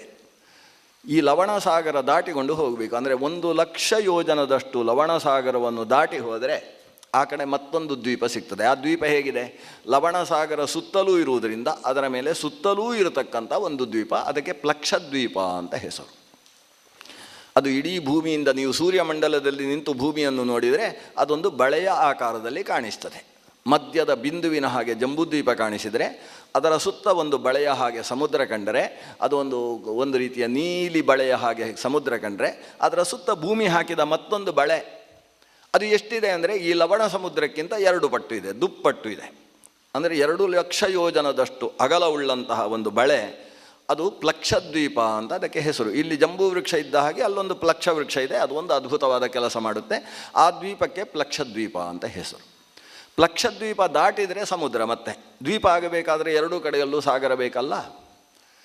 ಆಮೇಲೆ ಸಿಗುವ ಸಾಗರ ಅದು ಸ್ವಲ್ಪ ಖುಷಿ ಕೊಡುವ ಸಾಗರ, ಉಪ್ಪಿನ ನೀರಲ್ಲ ಅದರಲ್ಲಿರುವುದು, ಅದರಲ್ಲಿ ಸಿಹಿ ನೀರು ಇರುವುದು. ಸಿಹಿ ನೀರ ಸಾಗರ ಅಂತ ಅದನ್ನು ಕರೆಯುವುದಿಲ್ಲ, ಇಕ್ಷುರಸೋದ ಅಂತ ಕರೀತಾರೆ. ಕಬ್ಬಿನ ಹಾಲಿನ ಸಮುದ್ರ. ಕಬ್ಬಿನ ಹಾಲಿನ ಸಮುದ್ರ ಅಂದರೆ ಯಾವುದೋ ಕಬ್ಬು ತಂದು ಅಲ್ಲೊಂದು ಫ್ಯಾಕ್ಟ್ರಿ ಹಾಕಿ ಅದರ ರಸ ತೆಗೆದು ಅದನ್ನು ಬಿಟ್ಟು ಮಾಡಿದ ಸಮುದ್ರ ಅಂತ ಅರ್ಥ ಅಲ್ಲ. ಅದರಲ್ಲಿರುವುದು ನೀರೇ, ಆದರೆ ನೀರಿನ ರುಚಿ, ನೀರಿನಲ್ಲಿರುವ ಸತ್ವ, ಅದು ಆ ಸಕ್ಕರೆಯ ಸತ್ವ ಏನಿದೆ, ಬೆಲ್ಲದ ಸತ್ವ ಏನಿದೆ, ಆ ಸತ್ವ ಉಂಟಷ್ಟೇ. ಯಾಕಂದರೆ ಆ ಸಮುದ್ರದಲ್ಲಿ ಮೊಸಳೆಗಳುಂಟು, ಮೀನುಗಳುಂಟು. ಆ ಮೀನುಗಳನ್ನು ಆಮೇಲೆ ಅಲ್ಲಿ ಭೋಜನ ಮಾಡುವವರು ಇದ್ದಾರೆ, ಮೀನು ತಗೊಂಡು ಅದರಿಂದ ಭೋಜನಾದಿ ವ್ಯವಸ್ಥೆಯನ್ನು ಮಾಡುವವರು ಕೂಡ ನೀರಿನಲ್ಲಿದ್ದಾರೆ. ಅವರಿಗೆಲ್ಲ ಮೀನು ಸಿಹಿ ಸಿಹಿ ಅಂತ ಅನಿಸೋದಿಲ್ಲ, ಅದರದ್ದು ರುಚಿ ಬೇರೆ. ಕಬ್ಬು ಬೆಳೆಯುವುದು ಮಣ್ಣಿನಲ್ಲಿ, ಮಣ್ಣೇನು ಸಿಹಿಯಾಗಿರುವುದಿಲ್ಲ. ನನಗೊಮ್ಮೆ ಆಸೆ ಆಗಿತ್ತು, ಕಬ್ಬು ಬೆಳೆಯುವಾಗ ಕಬ್ಬು ಅಷ್ಟು ಸಿಹಿಯಾಗಿದೆ ಅಂದರೆ ಅದರ ಮಣ್ಣು ಕೂಡ ಸಿಹಿಯಾಗಿರ್ಬೋದಲ್ವ ಅಂತ ಮಣ್ಣು ಬಾಯಿಗೆ ಹಾಕ್ಕೊಂಡ್ರೆ, ಮಣ್ಣು ಉಪ್ಪುಪ್ಪೇ ಇದೆ, ಅದೇನು ಸಿಹಿಯಾಗಿಲ್ಲ. ಮಣ್ಣಿನಲ್ಲಿ ಚೂರೂ ಸಿಹಿ ಇಲ್ಲದೆ ಇದ್ದದ್ದು ಕಬ್ಬಿನಲ್ಲಿ ಸಿಹಿ ಹೇಗಾಯಿತು? ಪುರಂದರದಾಸರು ಹೇಳ್ತಾರೆ, ಕಬ್ಬು ಡೊಂಕಾದರೇನು ಸಿಹಿಯು ಡೊಂಕೆ ವಿಟ್ಟಲ, ಪುಷ್ಪ ಡೊಂಕಾದರೇನು ಪರಿಮಳ ಡೊಂಕೆ ವಿಟ್ಟಲ. ನಾವೆಲ್ಲ ಸೇರಿಸ್ಬೋದು, ಶಾಲೆ ಡೊಂಕಾದರೇನು ವಿದ್ಯೆ ಡೊಂಕೆ ವಿಟ್ಟಲ, ನಮ್ಮದು ಕೆಲವನ್ನೆಲ್ಲ ಸೇರಿಸ್ಬೋದು. ಎಲ್ಲ ಹೇಳಿ ಕೊನೆಗೆ ಅಜ್ಞನೆಂದು ಕಾಯೋ ಎನ್ನ ಸೂಜ್ಞ ಪುರಂದರ ವಿಟ್ಟರ, ನಾ ಡೊಂಕಾದರೆ ನಿನ್ನ ನಾವ ಡೊಂಕೆ ವಿಟ್ಟಲ ಅಂತ ದಾಸರು ಒಂದು ಹಾಡಿದ ಪದ್ಯ ಇದೆ. ಮನುಷ್ಯನ ಕಲ್ಪನೆಗೆ ನಿಲುಕದೇ ಇರುವ ದೈವೀ ಕಾರ್ಯಗಳು ತುಂಬ ವಿಚಿತ್ರವಾಗಿದ್ದಾವೆ. ಅಷ್ಟು ಪಾಕ ಅನ್ನುವುದು ಪೃಥಿವಿಯಲ್ಲಿರುವ ರಸವನ್ನು ಬೇರೆ ಬೇರೆ ಥರದಲ್ಲಿ ತೋರಿಸುತ್ತೆ. ಪೃಥಿವಿಯಲ್ಲಿ 7 ರಸ ಇದೆ. ಮಣ್ಣು ಸಿಹಿಯಾಗಿದೆ, ಮಣ್ಣು ಉಪ್ಪಾಗಿದೆ, ಮಣ್ಣು ಕಹಿಯಾಗಿದೆ, ಮಣ್ಣು ಹುಳಿಯಾಗಿದೆ, ಮಣ್ಣು ಒಗರಾಗಿದೆ. ಆ ಮಣ್ಣಿನ ರಸ ಅದು ಒಂದೊಂದು ಬೀಜದಲ್ಲಿ, ಒಂದೊಂದು ವ್ಯಕ್ತಿಯಲ್ಲಿ ಅಥವಾ ಒಂದೊಂದು ರೀತಿಯ ಉದ್ಭಿಜ್ಜಗಳಲ್ಲಿ ಒಂದೊಂದು ಥರದಲ್ಲಿ ಕಾಣಿಸಿಕೊಳ್ತದೆ. ಹಾಗೆ ವೃಕ್ಷದಲ್ಲಿ ಕಬ್ಬು ಸಿಹಿಯಾಗಿ ಕಾಣಿಸಿಕೊಳ್ತದೆ. ಕಬ್ಬು ಸಿಹಿ ಅಲ್ಲ, ಯಾಕಂದರೆ ಅದು ಮಣ್ಣೇ ಕಬ್ಬಾದದ್ದು. ಮಣ್ಣು ಸಿಹಿಯಲ್ಲ ಅಂದರೆ ಕಬ್ಬು ಸಿಹಿಯಲ್ಲ. ಆದರೆ ಮನುಷ್ಯನ ನಾಲಿಗೆ ಅದನ್ನು ಸಿಹಿಯನ್ನಾಗಿ ಗ್ರಹಿಸುತ್ತೆ. ಆದ್ದರಿಂದ ಈ ಪ್ರಾಪಂಚಿಕವಾದದ್ದು ಎಷ್ಟು ಸತ್ಯ ಎಷ್ಟು ಮಿಥ್ಯ ಅನ್ನುವುದನ್ನು ಶಂಕರಾಚಾರ್ಯರು ನಿರೂಪಣೆ ಮಾಡುವಾಗ ವ್ಯಾವಹಾರಿಕ ಪ್ರಪಂಚ ಅಂತ ಹೇಳ್ತಾರೆ. ಪ್ರಪಂಚವನ್ನು ವ್ಯಾವಹಾರಿಕ ಅನ್ನುವುದರ ಅಭಿಪ್ರಾಯ ಏನಿದೆ? ಇದರಲ್ಲಿ ನಾವು ಅಂದುಕೊಂಡದ್ದು ಕಂಡದ್ದೇ ಸತ್ಯ ಅಲ್ಲ, ಕಾಣದೇ ಇದ್ದ ಸತ್ಯ ಇದೆ ಅನ್ನುವ ಅಭಿಪ್ರಾಯ ಇದೆ. ನಾವು ಹೇಳ್ತೇವೆ, ಪೂರ್ವದ್ದಾದ ದಿಕ್ಕಿನಲ್ಲಿ ಕೆಂಪಾದ ಸೂರ್ಯ ಮೇಲೆದ್ದು ಬರುತ್ತಿದ್ದಾನೆ, ಇದು ಸತ್ಯವಾ? ಪೂರ್ವದ್ದಾದ ದಿಕ್ಕು ಅನ್ನೋದೇ ಎಷ್ಟು ಸತ್ಯ ಅನ್ನೋದು ಪ್ರಶ್ನೆ. ಅಲ್ಲಿ ಸೂರ್ಯ ಉದಯಿಸಿದರೆ ಅದು ಪೂರ್ವ, ಇಲ್ಲಿ ಉದಯಿಸಿದರೆ ಇದು ಪೂರ್ವ. ಆದರೆ ಪೂರ್ವ ಅನ್ನೋದು ನಮ್ಮ ವ್ಯವಹಾರದಲ್ಲಿ ಬಂದದ್ದು. ಕೆಂಪಾದ ಸೂರ್ಯ ಅಂತ ಹೇಳ್ತೇವೆ. ಕೆಂಪು ಸೂರ್ಯನು ಕೆಂಪು ಹೌದಾದರೆ ಮಧ್ಯಾಹ್ನದ ಹೊತ್ತು ಬೆಳ್ಳಗೆ ಯಾಕಾದ? ಹಾಗಾದರೆ ಅದು ಬೆಳಕಿನ ಪರಿಣಾಮದಿಂದಾಗಿ ಸೂರ್ಯ ಕೆಂಪಾಗಿ ಕಂಡದ್ದು, ಕೆಂಪಲ್ಲ. ಕೆಂಪಾದ ಸೂರ್ಯ ಅಂತ ಹೇಳೋದು ಸತ್ಯ ಅಂತಲೇ ಹೇಳ್ತೇವೆ ನಾವು. ಕಂಡದ್ದು ಸತ್ಯ, ಕಂಡದ್ದು ಕಂಡ ಹಾಗೇ ಇರುವುದಲ್ಲ ಅನ್ನುವುದು ಶಾಂಕರ ತತ್ವದಿಂದ ನಾವು ಗ್ರಹಣ ಮಾಡಬೇಕಾದ ವಿಷಯ. ಹಾಗೆ ಅಂತೇಳಿ ಅಲ್ಲಿ ಸೂರ್ಯ ಇರುವುದು ಸತ್ಯ, ಅವ ಕೆಂಪಾಗಿದ್ದಾನೆ, ಹೌದು ಕೆಂಪು ಇರುವುದು ಸತ್ಯ, ಆದರೆ ಸೂರ್ಯನಲ್ಲಿ ಕೆಂಪು ಇರುವುದು ಸರಿಯಲ್ಲ. ಇಷ್ಟು ಮಾಧ್ವ ಸಿದ್ಧಾಂತ. ಅದರಿಂದ ಪರಸ್ಪರ ಸಿದ್ಧಾಂತಗಳಲ್ಲಿ ಬಹಳ ವ್ಯತ್ಯಾಸ ಏನೂ ಇಲ್ಲ. ಪ್ರಪಂಚದಲ್ಲಿ ಎಷ್ಟು ರಸಗಳನ್ನು ನಾವು ಅನುಭವಿಸಿದರೂ ಮೂಲಭೂತವಾಗಿ ರಸ ಒಂದಾಗಿರ್ತದೆ. ಒಂದಾದ ರಸ ಹಲವಾಗಿ ಕಾಣಿಸಿಕೊಳ್ಳುತ್ತದೆ. ಈ ಒಂದು ಹಲವಾಗುವಿಕೆ ಅನ್ನುವುದೇನಿದೆ, ಏಕಂ ಸದ್ವಿಪ್ರಾಹ ಬಹುಧಾ ವದಂತಿ ಅಂತ ಹೇಳುವ ಮಾತೇನಿದೆ, ಆ ಮಾತಿಗೆ ಶ್ರೀಮನ್ ಮಧ್ವಾಚಾರ್ಯರು ಕೊಟ್ಟಂತಹ ಆನುಭವಿಕವಾದ ಅರ್ಥದ ನೆಲೆಗಟ್ಟಿನಲ್ಲಿ ಮಹಾಭಾರತದ ವಿವರಣೆಗಳಿದ್ದಾವೆ. ಈ ಭೂಮಿ ಒಂದೇ ಭೂಮಿ ಹಲವು ರಸವಾಗಿ ನಮಗೆ ಕಾಣಿಸುತ್ತೆ. ಅದೇ ಲವಣ ಸಾಗರ, ಅದೇ ರಸೋದ ಸಾಗರ ಅಂದರೆ ಕಬ್ಬಿನ ಹಾಲಿನ ಸಮುದ್ರ. 2 ಪಟ್ಟು ಜಂಬೂದ್ವೀಪದ 2 ಪಟ್ಟು ಇರತಕ್ಕಂತಹ ರಸೋದ ಸಾಗರವನ್ನು ದಾಟಿ ಮುಂದೆ ಹೋದರೆ ಅಲ್ಲಿ ಒಂದು ದ್ವೀಪ ಸಿಗ್ತದೆ. ಅದಕ್ಕೆ ಶಾಲ್ಮಲಿ ದ್ವೀಪ ಅಂತ ಹೆಸರು. ಜಂಬೂ ಪ್ಲಕ್ಷ ಶಾಲ್ಮಲಿ. ಶಾಲ್ಮಲಿ ಅನ್ನೋದು ಒಂದು ವೃಕ್ಷ. ಇವತ್ತು ಶಾಂತಿಯ ಮರ ಅಂತ ಕರಿತೇವೆ. ಬಹಳ ದೊಡ್ಡದಾದ ಶಾಲ್ಮಲಿ ವೃಕ್ಷ, ಜೇನು ಸುರಿಸತಕ್ಕಂತಹ ಮರ. ಆ ಶಾಲ್ಮಲಿ ವೃಕ್ಷದ ಕಾರಣದಿಂದಲೇ ಅದಕ್ಕೆ ಶಾಲ್ಮಲಿ ದ್ವೀಪ ಅಂತ ಹೆಸರಾದದ್ದು. ಆ ದ್ವೀಪ ಹಿಂದೆ ಇದ್ದ ಪ್ಲಕ್ಷ ದ್ವೀಪಕ್ಕಿಂತ 2 ಪಟ್ಟು ಅಂದರೆ 4 ಲಕ್ಷ ಯೋಜನದಷ್ಟು ಪರಿಧಿಯುಳ್ಳಂತಹ ಚಕ್ರಾಕಾರವಾಗಿರತಕ್ಕಂತಹ ದ್ವೀಪ. ಅದರ ಆ ಕಡೆಯಲ್ಲಿ ಒಂದು ಸಾಗರ ಇದೆ. ಅದು ಸ್ವಲ್ಪ ಭಯಾನಕವಾದ ಸಾಗರ. ಅದರಲ್ಲಿ ನಾವೆಲ್ಲ ಈಜಲಿಕ್ಕೆ ಬರುವುದಿಲ್ಲ. ಯಾಕಂದರೆ ಅದಕ್ಕೆ ಸುರಾಸಾಗರ ಅಂತ ಹೆಸರು. ಸುರೋಧ. ಅದರಲ್ಲಿ ಈಜಿದವರು ಸ್ವಲ್ಪ ತಲೆ ಆ ಕಡೆ ಈ ಕಡೆ ಮಾಡಿ ರಸ್ತೆಯನ್ನೆಲ್ಲ ಅಳತೆ ಮಾಡಿಕೊಂಡು ಹೋಗ್ತಾರೆ. ಸುರಾಸಾಗರ ಅದು ಶುದ್ಧವಾದ ನೀರೇ, ಆದರೆ ಅದರಲ್ಲಿರ್ತಕ್ಕಂಥ ಗುಣಧರ್ಮ ಸುರೆಗೆ ಸಂಬಂಧಪಟ್ಟಂತಹ ಗುಣಧರ್ಮ ಸುರಾಸಾಗರ ಅಂತ ಕರೀತಾರೆ. ಅದೆಷ್ಟಿದೆ? ಹಿಂದಿನ ಸಾಗರಕ್ಕಿಂತ 2 ಪಟ್ಟು, ಅಂದರೆ 4 ಲಕ್ಷ ಯೋಜನದಷ್ಟು ವಿಸ್ತಾರವಾದ ಸುರೋಧ ಸಾಗರ ದಾಟಿ ಆ ಕಡೆ ಹೋದರೆ ಅಲ್ಲಿ ಮತ್ತೊಂದು ದ್ವೀಪ ಸಿಗ್ತದೆ. ಇದಕ್ಕೆ ಕುಶದ್ವೀಪ ಅಂತ ಹೆಸರು. ಜಂಬೂ, ಪ್ಲಕ್ಷ, ಶಾಲಮಲಿ, ಕುಶ, ಕ್ರೌಂಚ, ಶಾಖ, ಪುಷ್ಕರ, ಇದು ಸಪ್ತದ್ವೀಪಗಳು. ಈ ಕುಶದ್ವೀಪ ಅದು ಹಿಂದಿದ್ದಕ್ಕಿಂತ 2 ಪಟ್ಟು, ಅಂದರೆ 8 ಲಕ್ಷ ಯೋಜನದಷ್ಟು ವಿಸ್ತಾರವಾದ ಕುಶದ್ವೀಪ. ಅದನ್ನು ದಾಟಿ ಹೋದರೆ ಮತ್ತೊಂದು ಸಾಗರ. ಆ ಸಾಗರವನ್ನು ಘೃತೋದ ಸಾಗರ ಅಂತ ಕರೀತಾರೆ. ತುಪ್ಪದ ಸಮುದ್ರ ಅಂತ ಕರಿತೇವೆ. ಅಂದರೆ ಘೃತದ ಗುಣಧರ್ಮಗಳಿಂದ ಹೊಂದಿರತಕ್ಕಂಥ ಸಾಗರ ಅಲ್ಲಿದೆ. ಅದು 8 ಲಕ್ಷ ಯೋಜನದಷ್ಟು ವಿಸ್ತಾರವಾದದ್ದು. ಅದನ್ನು ದಾಟಿ ಹೋದರೆ ಕ್ರೌಂಚ ದ್ವೀಪ, ಅದು 16 ಲಕ್ಷ ಯೋಜನದಷ್ಟು ವಿಸ್ತಾರವಾದದ್ದು. ಕ್ರೌಂಚ ದ್ವೀಪವನ್ನು ದಾಟಿ ಹೋದರೆ ಸಿಗತಕ್ಕಂಥ ಸಾಗರಕ್ಕೆ ಕ್ಷೀರಸಾಗರ ಅಂತ ಹೆಸರು. ಯಾಕಂದರೆ ಈಗ 6ನೇ ಸಾಗರಕ್ಕೆ ಬಂದಿದ್ದೇವೆ. ಅಲ್ಲ, ದಧಿ ಸಾಗರ, 5ನೇ ಸಾಗರ ದಧಿ ಸಾಗರ, ಅಂದರೆ ಮೊಸರಿನ ಗುಣಧರ್ಮದಿಂದ ಕೂಡಿದಂತಹ ಸಾಗರ. ದಧಿ ಸಾಗರವನ್ನು ದಾಟಿ ಹೋದರೆ ಶಾಖದ್ವೀಪ ಸಿಗ್ತದೆ. ಶಾಖದ್ವೀಪ ಅದು 32 ಲಕ್ಷ ಯೋಜನದಷ್ಟು ವಿಸ್ತಾರವಾದದ್ದು. ಶಾಖದ್ವೀಪದ ನಂತರ ಇರುವಂಥದ್ದು ಕ್ಷೀರಸಾಗರ. ಪೃಥ್ವಿಯಲ್ಲಿರುವ 6ನೆಯ ಸಾಗರವನ್ನು ಕ್ಷೀರಸಾಗರ ಅಂತ ಕರೆಯುವುದು. ನಮಗೆಲ್ಲ ತುಂಬ ಪರಿಚಿತವಾದದ್ದು. ಎಲ್ಲ ಕಡೆ ಸಮುದ್ರ ಮಥನ ಮಾಡಿದರು, ಅಲ್ಲಿಂದ ಅಮೃತ ಬಂತು, ಧನ್ವಂತರಿ ಎದ್ದು ಬಂದ, ಈ ಎಲ್ಲ ಘಟನೆ ನಡೆದದ್ದು ಭೂಮಿಯಲ್ಲೇ. ಕ್ಷೀರಸಾಗರ ಇರುವುದು ಭೂಮಿಯಲ್ಲಿ. ದೇವಲೋಕದಲ್ಲಿ ಸಾಗರಗಳೆಲ್ಲ ಇಲ್ಲ. ಅಲ್ಲಿ ರಗಳೆ ಆಗ್ತದೆ ದೇವಲೋಕದಲ್ಲಿ ಸಾಗರಗಳೆಲ್ಲ ಇದ್ದರೆ. ಸಾಗರಗಳೆಲ್ಲ ಭೂಮಿಗೆ ಸಂಬಂಧಪಟ್ಟದ್ದು. ಕ್ಷೀರಸಾಗರ ಭೂಮಿಯಲ್ಲಿರುವ 6ನೆಯ ಸಾಗರ. ಅದು ಕೂಡ 32 ಲಕ್ಷ ಯೋಜನದಷ್ಟು ವಿಸ್ತಾರವಾದಂತಹ ಸಾಗರ. ಆ ಸಾಗರದಲ್ಲಿ ಅನೇಕ ದ್ವೀಪಗಳಿದ್ದಾವೆ. ಅದರಲ್ಲಿ ಒಂದು ಶ್ವೇತದ್ವೀಪ ಅಂತಿದೆ. ಆ ಶ್ವೇತದ್ವೀಪದಲ್ಲಿ ಒಂದು ಭವನ ಇದೆ. ಅದಕ್ಕೆ ಶ್ವೇತಭವನ ಅಂತಲೇ ಹೆಸರು. ವೈಟ್ ಹೌಸ್ ಅಂತ ಕರಿಬಾರ್ದು, ಶ್ವೇತಭವನ ಅಂತ ಕರಿಬೇಕು. ಅದು ಭಗವಂತನ ಶ್ವೇತದ್ವೀಪದ ಒಂದು ದಿವ್ಯ ರತ್ನಮಂಟಪ. ಆ ರತ್ನಮಂಟಪದಲ್ಲಿ ಮತ್ತೆ ಶೇಷ ತಾನು 3 ಸುತ್ತ ಹಾಕಿ ಹೆಡೆಯೆತ್ತಿ ಮಲಗಿದ್ದಾನೆ. ಆ ಶೇಷನ ಮೇಲೆ ಲಕ್ಷ್ಮೀದೇವಿಯೇ ಒಂದು ಆಸ್ತರಣವಾಗಿ ಮಲಗಿದ್ದಾಳೆ. ಆ ಆಸ್ತರಣದ ಮೇಲೆ ಭಗವಂತ ತನ್ನ ಕೈಯನ್ನೇ ತನ್ನ ಹಣೆಗಿಟ್ಟುಕೊಂಡು ಒಂದು ವಿಶಿಷ್ಟವಾದ ಭಂಗಿಯಲ್ಲಿ ಮಲಗಿದ್ದಾನೆ. ಅವನಿಗೆ ಶೇಷಪರ್ಯಂಕಶಾಯಿ ಅಂತ ಹೆಸರು. ಶೇಷಶಾಯಿ ಅಂತ ಅವನನ್ನು ಕರೆಯುವುದು. ಅದು ಭೂಮಿಯಲ್ಲಿರುವ ಶ್ವೇತದ್ವೀಪದ ಭಗವಂತನ ರೂಪ. ಅದಿರುವುದು ಈ ಕ್ಷೀರಸಾಗರದಲ್ಲಿ. ಈ ಕ್ಷೀರಸಾಗರದ 32 ಲಕ್ಷ ಯೋಜನದಷ್ಟು ವಿಸ್ತಾರದ ಸಾಗರವನ್ನು ದಾಟಿ ಹೋದರೆ ಮುಂದೆ ಸಿಗತಕ್ಕಂತಹ ದ್ವೀಪವೇ ಪುಷ್ಕರ ದ್ವೀಪ. ಬಹಳ ವಿಸ್ತಾರವಾದದ್ದು, 64 ಲಕ್ಷ ಯೋಜನದಷ್ಟು ವಿಸ್ತಾರವಾದದ್ದು. ಅದರ ಮುಂದೆ ಜಂಬೂದ್ವೀಪ ಏನೂ ಅಲ್ಲ. 1 ಲಕ್ಷ ಯೋಜನದ ಜಂಬೂದ್ವೀಪದಲ್ಲಿ 64 ಲಕ್ಷ ಯೋಜನ ಆ ಕಡೆ, 64 ಲಕ್ಷ ಯೋಜನ ಈ ಕಡೆ ಅಂತ ವೃತ್ತಾಕಾರವಾಗಿ ಬೆಳೆದು ನಿಂತಹ ಪುಷ್ಕರ ದ್ವೀಪವೆಲ್ಲಿ? ಆ ಪುಷ್ಕರ ದ್ವೀಪವನ್ನು ಮಧ್ಯದಲ್ಲಿ ಒಂದು ಮಾನಸೋತ್ತರ ಪರ್ವತ ಅಂತ ಮಧ್ಯದಲ್ಲಿ ವಿಭಾಗ ಮಾಡಿದೆ. ಹೇಗೆ ಭಾರತ ದೇಶವನ್ನು ವಿಂಧ್ಯ ಪರ್ವತ ಉತ್ತರ ದಕ್ಷಿಣ ಅಂತ ವಿಭಾಗ ಮಾಡಿದೆಯೋ ಹಾಗೆಯೇ ಪುಷ್ಕರ ದ್ವೀಪದಲ್ಲಿ ಮಧ್ಯದಲ್ಲಿ ಮಾನಸೋತ್ತರ ಪರ್ವತದ ಒಂದು ವಿಭಜನೆ ಇದೆ. ಆ ಮಾನಸೋತ್ತರ ಪರ್ವತವೇ ಸೂರ್ಯನ ಸಂಚಾರ ತಾಣ. ಆ ಮಾನಸೋತ್ತರ ಪರ್ವತವನ್ನೇ ತನ್ನ ಅಕ್ಷವನ್ನಾಗಿಟ್ಟುಕೊಂಡು ಮೇರು ಪರ್ವತದ ಮೂಲಕ ಸೆಳೆಯಲ್ಪಡ್ತಕ್ಕಂತಹ ಸೂರ್ಯ ಮೇರು ಪ್ರದಕ್ಷಿಣೆಯನ್ನು ಬರ್ತಾನೆ ಅನ್ನೋದು ಸೂರ್ಯ ಸಂಚಾರದ ಗತಿ. ಅದನ್ನು ಮಹಾಭಾರತ ಹೆಚ್ಚು ವಿಸ್ತಾರ ಮಾಡಲಿಲ್ಲ. ಶ್ರೀಮದ್ ಭಾಗವತದ ಪಂಚಮಸ್ಕಂದ ಸುಮಾರು 7-8 ಅಧ್ಯಾಯಗಳಲ್ಲಿ ಅದನ್ನು ವಿಸ್ತಾರ ಮಾಡಿ ನಿರೂಪಣೆ ಮಾಡಿದೆ. ಈ ಪುಷ್ಕರ ದ್ವೀಪ ಏನು ವಿಶಾಲವಾದ ದ್ವೀಪ ಇದೆ, ಅದು ದ್ವೀಪವಾಗುವುದಕ್ಕೆ ಕಾರಣ ಆ ಕಡೆಯಲ್ಲೂ ಒಂದು ಸಾಗರ ಇರುವಂಥದ್ದು. ಅದು 7ನೆಯ ಸಾಗರ. ಅದನ್ನು ಶುದ್ಧೋದ ಸಾಗರ ಅಂತ ಕರೀತಾರೆ. ಶುದ್ಧ ಸಿಹಿ ನೀರಿನ ಸಮುದ್ರ. ಸಿಹಿ ನೀರು ಅಂದರೆ ಅದು ಹಿಂದೆ ಹೇಳಿದ ಸಿಹಿ ನೀರು ಅಲ್ಲ, ಇದು ಶುದ್ಧ ನೀರಿನ ಸಾಗರ. ಈ ಶುದ್ಧ ಸಾಗರವು ಕೂಡ 64 ಲಕ್ಷ ಯೋಜನದಷ್ಟು ಬಹಳ ದೊಡ್ಡದಾದ ಸಾಗರ. ಈ ಸಾಗರದ ತೀರದಲ್ಲೇ ನಮ್ಮ ಗಜೇಂದ್ರ ಮೋಕ್ಷದ ಕಥೆಯೆಲ್ಲ ನಡೆಯುವುದು ಇದೇ ಜಾಗದಲ್ಲಿ. ಗಜೇಂದ್ರ ಮೋಕ್ಷದ ಕಥೆ, ತ್ರಿಕೂಟ ಪರ್ವತ, ಅಲ್ಲಿ ನಡೆದಂತಹ ಘಟನೆ ಇದೆಲ್ಲವೂ ಕೂಡ ಈ ಸಾಗರದ ತೀರದಲ್ಲಿ ನಡೆದಿರತಕ್ಕಂಥ ಘಟನೆ. ಆ ಸಾಗರ ದಾಟಿದರೆ ಆದರೂ ಭೂಮಿ ಮುಗಿಯುತ್ತಾ? ಸಂಜೆ ಹೇಳ್ತಾನೆ, ಈಗ ಅರ್ಧದಷ್ಟಾಯ್ತು ಈ ಭೂಮಿ ಅಂತ ಹೇಳ್ತಾನೆ. ಇನ್ನಷ್ಟೇ ಇದೆ. ಇನ್ನು ಆಮೇಲೆ ಪ್ರತ್ಯಂತ ಜಾಗ, ಅದಕ್ಕೆ ಹಿರಣ್ಯ ಭೂಮಿ ಅಂತ ಹೆಸರು. ಅದೊಂದು ಬಂಗಾರದ ಭೂಮಿಯಂತೆ. ಅದು ಫಳಫಳ ಅಂತ ಸೂರ್ಯನಿಗಿಂತ ಚೆನ್ನಾಗಿ ಪ್ರಕಾಶಮಾನವಾಗಿದೆ.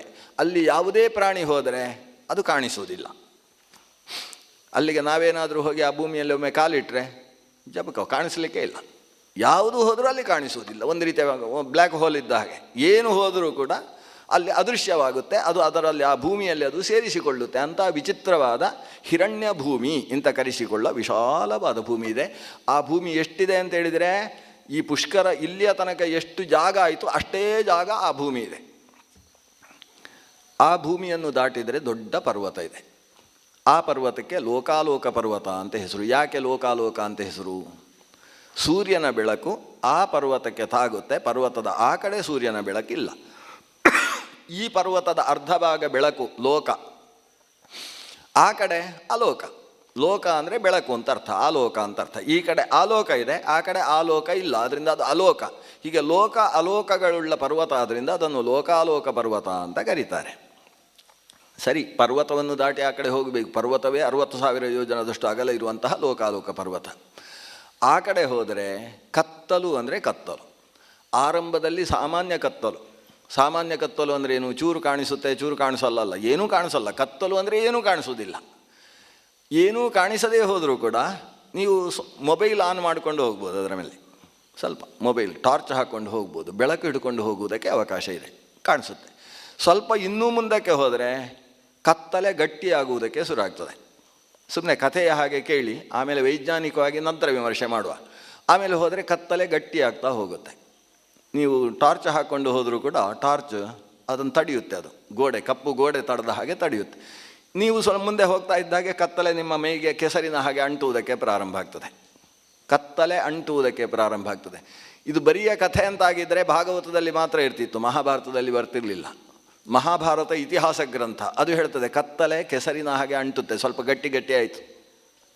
ಮೊದಲು ನೀರಿನ ಹಾಗಿತ್ತು ಕತ್ತಲೆ, ಅದರಿಂದ ಹೆಚ್ಚು ಪ್ರತಿಬಂಧ ಮಾಡ್ತಾ ಇರಲಿಲ್ಲ. ಮುಂದೆ ಮುಂದೆ ಹೋಗ್ತಾ ಇದ್ದ ಹಾಗೆ ನೀರು ದೋಸೆಯ ಬಂಧ ಉಂಟಲ್ಲ, ಅದರ ಹಾಗೆ ಆಯಿತು, ಸ್ವಲ್ಪ ಗಟ್ಟಿ ಆಯಿತು. ಇನ್ನು ಮುಂದೆ ಹೋದರೆ ಇಡ್ಲಿ ಬಂದದ ಹಾಗೆ ಆಯಿತು. ಅದು ಇಡ್ಲಿ ಹಿಟ್ಟಿನ ಹಾಗೆ ಇನ್ನೂ ಗಟ್ಟಿ ಆಯಿತು. ಇಡ್ಲಿ ಹಿಟ್ಟಿನಲ್ಲಿ ಒಂದು ಸಲ ಒಂದು ಡೈ ಹೊಡೆದು ಎದ್ದು ಬನ್ನಿ ಕಷ್ಟ ಅಲ್ವಾ? ಹಾಗೆ ತುಂಬ ಕಷ್ಟ. ಇನ್ನೂ ಗಟ್ಟಿ ಆಯಿತು. ಮುಂದಕ್ಕೆ ಮುಂದಕ್ಕೆ ಹೋದ ಹಾಗೆ ಘನ ಆಗುತ್ತೆ. ಘನತಮಸ್ಸು ಅಂತಲೇ ಅದಕ್ಕೆ ಹೆಸರು. ಒಂದು ಬಾರಿ ಭಗವಂತ ಶ್ರೀಕೃಷ್ಣ ಏಕಾಹ ಅಶ್ವಮೇಧ ಮಾಡುವ ಹೊತ್ತಿಗೆ ಬ್ರಾಹ್ಮಣ ಕುಮಾರರನ್ನು ತರುವುದಕ್ಕೋಸ್ಕರ ಈ ಘನ ತಮಸ್ಸನ್ನು ದಾಟಿಕೊಂಡು ಹೋದ. ಕೊನೆಗೆ ತನ್ನ ರಥ ಹೋಗುವುದಿಲ್ಲ, ಅಶ್ವಗಳಿಗೆಲ್ಲ ಮೇಮೇಲೆ ಕತ್ತಲೆಯೆಲ್ಲ ಅಂಟುವುದಕ್ಕೆ ಶುರುವಾಯಿತು. ಇವನು ತನ್ನ ಶಾಲನ್ನು ಬೀಸಿ ಅದರ ಮೇಲೆ ಇದ್ದಂತಹ ಧೂಳು, ಆ ತಮಸ್ಸಿನ ಧೂಳನ್ನೆಲ್ಲ ಹಾರಿಸಿದಂತೆ. ಆಮೇಲೆ ಮುಂದೆ ಹೋಗುವಾಗ ಅದು ತಡೆದಾಗ ತನ್ನ ಸುದರ್ಶನ ಚಕ್ರದಿಂದ ಅದರಲ್ಲಿ ಸುರಂಗ ತೋಡಿಕೊಂಡು ತಮಸ್ಸಿನ ಮಧ್ಯದಲ್ಲಿ ಹೋದ ಅಂತ ಕಥೆ ಬರ್ತದೆ. ಹಾಗೆ ಅಷ್ಟು ಗಟ್ಟಿಯಾದ ಘನತಮಸ್ಸು ಬಹಳ ವಿಶಾಲವಾಗಿದೆ. ಘನತಮಸ್ಸು ದಾಟಿದ ಮೇಲೆ ಘನೋದಕ ಸಿಗ್ತದೆ. ಘನೋದಕ ಅಂತೇಳಿದರೆ ಗಟ್ಟಿಯಾದ ನೀರು. ಇದು ಒಂದು ಬದಿಯಲ್ಲಿ ಅಲ್ಲ, ಇಡೀ ಸುತ್ತ ಇರುವಂಥದ್ದು. ಇದೇ ಕ್ರಮದಲ್ಲಿ ಘನೋದಕ ಸಿಗ್ತದೆ. ಘನೋದಕ ಅದು ಗಟ್ಟಿಯಾದ ಮಂಜುಗಡ್ಡೆಯ ಹಾಗಿರತಕ್ಕಂಥ ನೀರು. ಆ ಘನೋದಕವನ್ನು ಸೀಳಿಕೊಂಡು ನೀವೇನಾದರೂ ಹೋದರೆ ಆಮೇಲೆ ಸಿಗುವುದೇ ಬ್ರಹ್ಮಾಂಡದ ಕರ್ಪರ. ಅಂದರೆ ಅಲ್ಲಿಗೆ ಬ್ರಹ್ಮಾಂಡ ಮುಗಿಯುತ್ತೆ. ಅಲ್ಲಿಯ ತನಕವು ಪೃಥಿವಿ ಅಂತಲೇ ಹೆಸರು ಇದಕ್ಕೆ. ಘನೋದಕ ತನಕವೂ ಕೂಡ ಪೃಥಿವಿ ಅಂತ ಹೆಸರು. ಆಮೇಲೆ ಬ್ರಹ್ಮಾಂಡದ ಏನು ದಪ್ಪವಾದಂತಹ ಅದರ ಮೊದಲ ಕರ್ಪರ ಇದೆ, ಅದು ಕೂಡ ಪೃಥಿವಿಯೇ. ಅದು ಕೂಡ 100 ಕೋಟಿ ಯೋಜನದಷ್ಟು, 100 ಕೋಟಿ ಯೋಜನದಷ್ಟು ದಪ್ಪಗಿರತಕ್ಕಂಥದ್ದು ಪೃಥಿವಿ. ಇಷ್ಟು ದೊಡ್ಡದಾಗಿದೆ ಪೃಥಿವಿ. ಇಷ್ಟು ದೊಡ್ಡದಾದ ಪೃಥಿವಿಯಲ್ಲಿ ಪುಟ್ಟದಾದದ್ದು ಜಂಬೂದ್ವೀಪ. ಆ ಜಂಬೂದ್ವೀಪದ 9/1 ಅಲ್ಲ, 18/1 ಇರತಕ್ಕಂಥದ್ದು ಭಾರತ ವರ್ಷ. ಅಷ್ಟು ಪುಟ್ಟದಾದ ಭಾರತ ವರ್ಷದಲ್ಲಿ ಬರೀ ವಿಂಧ್ಯ ಹಿಮಾಚಲಗಳ ಮಧ್ಯದಲ್ಲಿರತಕ್ಕಂಥದ್ದು ಆರ್ಯಾವರ್ತ ಪುಣ್ಯಭೂಮಿ ಅಂತ ಕರೆಸಿಕೊಳ್ತಕ್ಕಂತಹ ಭಾಗ. ಆ ಭಾಗದಲ್ಲಿ ಒಂದು ಪುಟ್ಟ ಭಾಗವೇ ಈ ಕುರುಕ್ಷೇತ್ರದ ಸುತ್ತಮುತ್ತ ಇರತಕ್ಕಂತಹ ಹಸ್ತಿನಪುರದ ರಾಜ್ಯ. ಈ ರಾಜ್ಯದ ಬಗ್ಗೆ ನನಗೆ ಅಂತ ನೀನು ಮತ್ತು ನಿನ್ನ ಮಗ ಸೇರಿಕೊಂಡು ಪಾಂಡವರನ್ನು ಹೋರಾಡುವುದಕ್ಕೆ ಹೊರಟಿದ್ದೀರಲ್ಲ, ಬೇಕಾ ನಿಮಗೆ ಇದು? ಇಷ್ಟು ಹೇಳಿದರೂ ಕೂಡ ಇವನಿಗೆ ಅರ್ಥ ಆಗ್ತಾ ಇಲ್ಲ, ಧೃತರಾಷ್ಟ್ರನಿಗೆ. ಅವ ಕೇಳ್ತಾನೆ, ಭೂಮಿಯಲ್ಲಿ ಅವ ಎಲ್ಲೋ ಒಂದು ಕಡೆ ಕೂತಿದ್ದಾನೆ. ಕೆಲವು ಸಲ ನಾವು ಉಪನ್ಯಾಸ ಕೇಳುವಾಗ ಯಾವುದೋ ವಿಷಯದಲ್ಲಿ ಸ್ಟ್ರಕ್ ಆಗುವುದು ಅಂತ ಇರ್ತದೆ. ಒಂದು ವಿಷಯದಲ್ಲಿ ಏನು ಆಚಾರ್ಯ ಹೇಳಿದರೂ ಸರಿ ಅರ್ಥ ಆಗಲಿಲ್ಲ, ಮುಂದಿದ್ದ ಅರ್ಥವೇ ಆಗೋದಿಲ್ಲ, ಯಾಕಂದರೆ ಅಲ್ಲೇ ಕೂತಿರ್ತೇವಲ್ವ. ಇವನಿಗೂ ಕೂಡ ಅದೇ ಆಗೋಗಿದೆ. ಇದೆಲ್ಲ ಇಡೀ ಪೃಥಿವಿಯ ವರ್ಣನೆಯನ್ನು ಕೇಳಿದ್ನ. ಅವನಿಗೆ ಈ ಭೂಮಿಯಲ್ಲಿ ಜರಾಯುಜ, ಸ್ವೇದಜ, ಅಂಡಜ, ಅಲ್ಲಿ ಕೂತು ಬಿಟ್ಟಿದ್ದಾನೆ ಅವ. ಅಷ್ಟೇಯಾ, ಅದು ಬಿಟ್ಟು ಬೇರೆ ಇಲ್ವಾ ಅಂತ ಅವನಿಗೆ ಮನಸ್ಸಲ್ಲಿ ಅದು ಕೂತಿದೆ. ಯಾಕಂದರೆ ನೀನು ಹೇಳಿದ ವಿಭಾಗದಲ್ಲಿ ನಮ್ಮ ಮನೆಯ ಮುಂದೆ ಇರುವ ತೆಂಗಿನ ಮರ, ಮಾವಿನ ಮರ ಇದೆಲ್ಲ ಬರಲಿಲ್ಲ, ಅದು ಪ್ರಾಣಿಗಳಲ್ವ, ಅದನ್ನು ಬಿಟ್ಟದ್ದು ಯಾಕೆ ಅಂತ ಇವೊಂದೊಂದು ಪ್ರಶ್ನೆ ಧೃತರಾಷ್ಟ್ರಂತು. ಆವಾಗ ಸಂಜೆ ಹೇಳ್ತಾನೆ, ನಾನು ನಿಮಗೆ ಅದೆಲ್ಲ ಹೇಳಿ ಪ್ರಯೋಜನ ಇಲ್ಲ ಅಂತ ಹೇಳಲಿಲ್ಲ, ಅದೊಂದು ಹೇಳಬೇಕಿತ್ತು ಅಂತ ಈಗ ನೆನಪು ಮಾಡಿಕೊಂಡು ಹೇಳ್ತಾನೆ. ಅದೊಂದಿತ್ತು. ಪ್ರಾಣಿಗಳು ಬರೀ 3 ಬಗೆ ಅಲ್ಲ, 4ನೇ ಬಗೆ ಇದೆ, ಅದಕ್ಕೆ ಉದ್ಬಿಜ್ಜ ಅಂತ ಹೆಸರು. ಹಾಗಾದರೆ ಜರಾಯುಜ, ಸ್ವೇದಜ, ಅಂಡಜ ಮತ್ತೊಂದು ಉದ್ಬಿಜ್ಜ ಅಂತ 4ನೇದ್ದು. ಯಾರೋ ಪಿಜ್ಜಾ ಅಲ್ಲ ಇದು, ಯಾವುದೋ ಪಿಜ್ಜಾ ಅಜ್ಜ ಅದೆಲ್ಲ ಅನ್ಕೊಳ್ಬೇಡಿ, ಉದ್ಬಿಜ್ಜ ಅಂತ ಅದಕ್ಕೆ ಹೆಸರು. ಉದ್ಭಿತ್ ಅಂದರೆ ಸೀಳಿಕೊಂಡು, ಜ ಅಂದರೆ ಹುಟ್ಟುವಂಥದ್ದು. ಭೂಮಿಯನ್ನು ಸೀಳಿಕೊಂಡು ಹುಟ್ಟತಕ್ಕಂತಹ ವೃಕ್ಷಚೇತನಗಳಿಗೆ ಉದ್ಬಿಜ್ಜಗಳು ಅಂತ ಹೆಸರು. ಅದು ಬೀಜದಿಂದ ಹುಡ್ತಾವೆ, ಕಾಂಡದಿಂದ ಹುಡ್ತಾವೆ, ಪುಷ್ಪದಿಂದ ಹುಡ್ತಾವೆ. ಈ ರೀತಿಯಲ್ಲಿ ಉದ್ಭಿತ್ ಏನೇ ಹುಟ್ಟಬೇಕಾದರೂ ಭೂಮಿಯನ್ನು ಸೀಳಬೇಕಾಗುತ್ತೆ. ಆ ರೀತಿ ಹುಟ್ಟತಕ್ಕಂತಹ ಒಂದು ಚೇತನ ವರ್ಗಕ್ಕೆ ಉದ್ಭಿಜ್ಜಗಳು ಅಂತ ಹೆಸರು. ಚೇತನಗಳೇ ಯಾಕೆ? ಯಾಕಂದರೆ ಅವುಗಳು ಉಸಿರಾಡ್ತವೆ, ಅವುಗಳು ತಿಂತಾವೆ, ತಿಂದದ್ದನ್ನು ಅರಗಿಸಿಕೊಳ್ತವೆ, ಇವಿಷ್ಟು ಮಾಡಿ ಅಷ್ಟೇ ಅಲ್ಲ ಬೆಳೀತಾವೆ. ಇಷ್ಟಿತ್ತು ಅಂತಾದರೆ ಚೇತನ ಅಂತ ಅರ್ಥ. ಬೆಳೀತಾವೆ ಗೊತ್ತಾಗುತ್ತೆ, ಮನುಷ್ಯನಿಗಿಂತ ಚೆನ್ನಾಗಿ ವೃಕ್ಷಗಳು ಬೆಳೀತಾವೆ. ಇವತ್ತಿದ್ದ ಅಮೃತ ಬಳ್ಳಿ ನಾಳೆಗೆ 1 ಗೇಣಿನಷ್ಟು ಒಂದು ರಾತ್ರಿಯಲ್ಲಿ ಬೆಳೀತದೆ. ಹಗಲಿನಲ್ಲಿ ಬೆಳೆಯುವುದಿಲ್ಲ, ರಾತ್ರಿಯ ಹೊತ್ತು ಬೆಳೀತದೆ. ಯಾಕಂದರೆ ಪುಷ್ಣಾಮಿ ಚೌಷಧಿ ಸರ್ವಾಹ ಸೋಮೋ ಭೂತ್ವ ರಸಾತ್ಮಕ. ಆ ಸೋಮನ ಬಲದಿಂದ ಬೆಳೆಯತಕ್ಕಂಥದ್ದೇ ವಲ್ಲಿಗಳು. ಅವುಗಳು ವೃಕ್ಷಗಳೆಲ್ಲವೂ ಬೆಳೀತಾವೆ. ಬೆಳೆಯುವುದರಿಂದ ಅದು ಪ್ರಾಣಿ. ಅಷ್ಟೇ ಅಲ್ಲ, ಆ ವೃಕ್ಷಗಳು ತಿಂತಾವೆ. ನೆಲದಲ್ಲಿದ್ದ ಮಣ್ಣು ಇವತ್ತು 100 kg ಇದ್ದರೆ ನಾಳೆ ಈ ವೃಕ್ಷ ಒಂದು 10 kg ಜಾಸ್ತಿ ಆದರೆ ಮಣ್ಣಿನ kg 10 kg ಕಡಿಮೆ ಆಗ್ತದೆ. ಅಂದರೆ ಮಣ್ಣನ್ನು ನೀರನ್ನು ತಿಂತಾವೆ ಅವುಗಳು. ಉಣ್ಣುವ ಪ್ರಕ್ರಿಯೆ ಅದರಲ್ಲಿದೆ. ಬಿಸಿಲಿಗೆ ಒಣಗ್ತಾವೆ, ಒಣಗಿದ ಹಾಗೇ ತಾವು ನೀರನ್ನು ನೆಲದಿಂದ ತಗೊಳ್ತಾವೆ, ತಿಂತಾವೆ. ತಿನ್ನುವುದರಲ್ಲಿ ಮನುಷ್ಯನಿಗೂ ವೃಕ್ಷಗಳಿಗೂ ಸ್ವಲ್ಪ ವ್ಯತ್ಯಾಸ ಇದೆ. ಮನುಷ್ಯ ಮೇಲಿನಿಂದ ಕೆಳಕ್ಕೆ ಹೋಗುವ ಹಾಗೆ ತಿಂತಾನೆ, ವೃಕ್ಷಗಳು ಕೆಳಗಿನಿಂದ ಮೇಲಕ್ಕೆ ಹೋಗುವ ಹಾಗೆ ತಿಂತಾವೆ. ಹಾಗಾದರೆ ವೃಕ್ಷಗಳಿದ್ದು ಮನುಷ್ಯನಿಗಿಂತ ಒಳ್ಳೆಯದು. ಅದು ಕೆಳಗಿನಿಂದ ಮೇಲಕ್ಕೆ ಆಹಾರ ತಗೊಳ್ಳುವುದು, ಅದಕ್ಕೆ ಊರ್ಧ್ವಸ್ರೋತಸ್ಸು ಅಂತ ಕರೀತಾರೆ. ಮನುಷ್ಯನನ್ನು ಅಧಸ್ರೋತಸ್ಸು ಅಂತ ಕರೀತಾರೆ. ಇವ ಅಧಸ್ರೋತಸ್ಸು ಅಕಸ್ಮಾತ್ ಊರ್ಧ್ವಸ್ರೋತಸ್ಸು ಆದರೆ ಆಸ್ಪತ್ರೆಗೆ ಸೇರಿಸಬೇಕಾಗ್ತದೆ. ಇವ ಬಾಯಲ್ಲಿ ತಿಂದದ್ದು ತಲೆಗೇರಿದರೆ ಸಮಸ್ಯೆ. ವೃಕ್ಷಗಳು ಹಾಗಲ್ಲ, ಅದಕ್ಕೆ ಪಾದಪ ಅಂತ ಹೆಸರು. ಪಾದ ಅಂದರೆ ಬೇರುಗಳು, ಬೇರಿನಿಂದ ತಿನ್ನುವಂಥದ್ದು. ಕಾಲಿನಿಂದ ತಿನ್ನುವ ವೃಕ್ಷಗಳು. ಅದರ ತುದಿ ಒಣಗಿತು ಅಂತಾದರೆ ಮೇಲೆ ಹೋಗಿ ನೀರು ಹಾಕುವುದಲ್ಲ, ಬುಡಕ್ಕೆ ನೀರು ಹಾಕೋದು. ಬುಡದಿಂದ ಅವುಗಳು ತಿಂತಾವೆ, ಅದರಿಂದ ಪಾದಪಗಳು ಅಂತ ಅವುಗಳಿಗೆ ಹೆಸರು. ಅಂತಹ ಉದ್ಬಿಜ್ಜಗಳು. ಇದು ಒಟ್ಟು 5 ಬಗೆ ಅಂತ ಮಹಾಭಾರತ ಹೇಳ್ತದೆ. ಉಳಿದ ಪುರಾಣಗಳಿಗೂ ಮಹಾಭಾರತಕ್ಕೂ ಸ್ವಲ್ಪ ವ್ಯತ್ಯಾಸ ಇದೆ. ಭಾಗವತ ಹೇಳುವಾಗ ವನಸ್ಪತ್ಯೋಷಧಿ ಲತಾ ತ್ವಕ್ಸಾರ ವೀರುಧೋ ದ್ರುಮಾ ಷಡ್ವಿಧ ಮುಖ್ಯ ಸರ್ಗಸ್ತು ಷಡ್ವಿಧಸ್ತಸ್ತುಷಾಂಚಯ ಅಂತ 6 ಬಗೆ ಅಂತ ಭಾಗವತ ಹೇಳ್ತದೆ. ಮಹಾಭಾರತ 5 ಬಗೆ ಅಂತ ಹೇಳ್ತದೆ. ವಿಭಾಗ ಮಾಡುವಲ್ಲಿ ಬೇರೆ ಬೇರೆ ದೃಷ್ಟಿಕೋನಗಳು. ಯಾವುದು? ವೃಕ್ಷ, ಗುಲ್ಮ, ಲತಾವಲ್ಲಿ, ಅದನ್ನೆರಡನ್ನು ಒಟ್ಟಿಗೆ ಸೇರಿಸಬೇಕು. ವೃಕ್ಷ ಗುರ್ಮ ಲತಾವಲ್ಲಿ ತ್ವಕ್ಸಾರ ತೃಣಜಾತಯ ಅಂತ ಮಹಾಭಾರತದ ಶ್ಲೋಕ. ವೃಕ್ಷಗಳು, ಗುಲ್ಮಗಳು, ಲತಾವಲ್ಲಿಗಳು, ತ್ವಕ್ಸಾರಗಳು ಮತ್ತು ತೃಣಜಾತಿಗಳು ಅಂತ ಹೀಗೆ ವೃಕ್ಷ 5 ಬಗೆ ಅಂತ ವೃಕ್ಷವನ್ನು ವಿಭಾಗ ಮಾಡ್ತಾರೆ. ಅದರಲ್ಲಿ ವೃಕ್ಷ ಅಂದರೆ ಮೇಲಕ್ಕೆ ಬೆಳೆಯತಕ್ಕಂತಹ ಒಂದು ರೀತಿಯ ಉದ್ಬಿಜ್ಜಗಳು. ತೆಂಗಿನ ಮರ ಇರ್ಬೋದು, ಕಂಗಿನ ಮರ ಇರ್ಬೋದು, ಆಲದ ಮರ ಇರ್ಬೋದು. ಎಲ್ಲ ಮರಗಳು ಕೂಡ ಪುಷ್ಪ ಬಿಟ್ಟು ಹಣ್ಣು ಕೊಡ್ತಕ್ಕಂಥದ್ದಿರ್ಬೋದು, ಪುಷ್ಪವಿಲ್ಲದೆ ಹಾಗೆ ಹಣ್ಣು ಕೊಡ್ತಕ್ಕಂಥದ್ದು, ಹಣ್ಣನ್ನೇ ಕೊಡದೇ ಇರತಕ್ಕಂಥಗಳು, ಮರಮಟ್ಟುಗಳಿಗೋಸ್ಕರವೇ ವಿನಿಯೋಗವಾಗುವ ವೃಕ್ಷ ಜಾತಿಗಳು, ವನಸ್ಪತಿ ಮತ್ತು ದ್ರುಮಗಳು ಅಂತ ಕರೀತಾರೆ. ಅವೆಲ್ಲವೂ ಕೂಡ ವೃಕ್ಷ ಅನ್ನುವ ಒಂದು ಭಾಗದಲ್ಲಿ ಸೇರ್ತದೆ. ಆಮೇಲೆ ಗುಲ್ಮ ಅಂದರೆ ಪೊದರು. ತುಳಸಿ ಮೊದಲಾದ ವೃಕ್ಷ ಜಾತಿಯನ್ನೆಲ್ಲ ಗುಲ್ಮ ಅನ್ನುವ ಜಾತಿಯಲ್ಲಿ ಸೇರಿಸ್ತಾರೆ. ಅಂದರೆ ಅದನ್ನು ಹತ್ತುವುದಕ್ಕೆ ಏಣಿ ಇಡಬೇಕಾಗಿಲ್ಲ ಅಂತ ಅರ್ಥ. ಏಣಿ ಇಲ್ಲದೆ ಕೈಯಿಂದಲೇ ತೆಗೆಯಬಹುದಾದ ವೃಕ್ಷ ಸಮುದಾಯವನ್ನು ಗುಲ್ಮ ಅಂತ ಕರೆಯುವುದು, ಪೊದರು ಅಂತ ಅರ್ಥ. ಆಮೇಲೆ ಲತಾವಲ್ಲಿ ಅಂತ ಒಂದು ಪ್ರಭೇದ. ಲತೆ ಬೇರೆ, ವಲ್ಲಿ ಬೇರೆ. ಆದರೆ ಇವತ್ತು ವಲ್ಲಿಯನ್ನು ಲತಾ ಅಂತ ಕರಿತೇವೆ, ಲತೆಯನ್ನು ವಲ್ಲಿ ಅಂತ ಕರಿತೇವೆ. ದೂರ್ವಾದಯೋ ಲತಾ. ವಾದಿರಾಜ ತೀರ್ಥರು ಹೇಳ್ತಾರೆ, ಲತಾ ಅಂತ ಹೇಳಿದರೆ ಭೂಮಿಯನ್ನು ಅಪ್ಪಿಕೊಂಡು ಸಾಗತಕ್ಕಂತಹ ಒಂದು ಜಾತಿಯ ತೃಣವನ್ನು ಲತಾ ಅಂತ ಕರೆಯೋದು. ಅಂದರೆ ಅದು ಭೂಮಿಯನ್ನು ಅಪ್ಪಿಕೊಳ್ತದೆ. ಗರಿಕೆ ಅದು ಭೂಮಿಯನ್ನೇ ಅಂಟಿಕೊಂಡು ಭೂಮಿಯನ್ನು ಪಸರಿಸ್ತಾ ಇರ್ತದೆ. ವಿಷ್ಣು ಕ್ರಾಂತಿ ಮೊದಲಾದಂತಹ ಅನೇಕ ಆಯುರ್ವೇದದ ಪ್ರಕಾರ ಅನೇಕ ಬಗೆಯ ಲತೆಗಳಿದ್ದಾವೆ ಭೂಮಿಯಲ್ಲಿ ಪಸರಿಸುವಂಥದ್ದು. ಅದಕ್ಕೇನು ಒಂದು ಕೋಲು ಹಾಕಿ ಕೋಲಿನಲ್ಲಿ ಹಬ್ಬಿಸುವಂತಹ ಅವಶ್ಯಕತೆ ಇಲ್ಲ. ವಲ್ಲಿ ಅಂತ ಹೇಳಿದರೆ ನಾಗವಲ್ಲಿ, ಅಮೃತವಳ್ಳಿ ಇತ್ಯಾದಿಗಳೆಲ್ಲ ವಲ್ಲಿ ಅಂದರೆ ಬಳ್ಳಿ ಅಂತ. ಬಳ್ಳಿಗಳು ಅದು ವೃಕ್ಷವನ್ನು ಆಧರಿಸಿಕೊಂಡು ತಾವು ಬಳ್ಳಿಗಳು ಹರಿತಾವೆ. ಇಂತಹ ಲತಾವಲ್ಲಿ ಅನ್ನೋದು ಎರಡು ಸೇರಿ ಒಂದು ಜಾತಿಯದ್ದು. ಯಾಕಂದರೆ ಲತೆಯನ್ನು ಕೆಲವೊಂದು ಸಲ ವಲ್ಲಿ ಅಂತ ಕರಿತೇವೆ, ವಲ್ಲಿಯನ್ನು ಕೆಲವೊಂದು ಸಲ ಲತಾ ಅಂತ ಕರಿತೇವೆ. ಇದು ಒಂದು ಥರದ ವೃಕ್ಷ ಜಾತಿ. ವೃಕ್ಷ ಗುಲ್ಮ ಲತಾವಲ್ಲಿ ತ್ವಕ್ಸಾರಾಹ ತೃಣಜಾತಯ. ತ್ವಕ್ಸಾರ ಅಂತೇಳಿದರೆ ಅದು ವೃಕ್ಷದಲ್ಲಿ ಸೇರುವುದಿಲ್ಲ. ಬಿದಿರು, ಸೆಣಬು ಮೊದಲಾದ ವೃಕ್ಷ ಜಾತಿಯನ್ನು ತ್ವಕ್ಸಾರ ಅಂತ ಕರೆಯೋದು.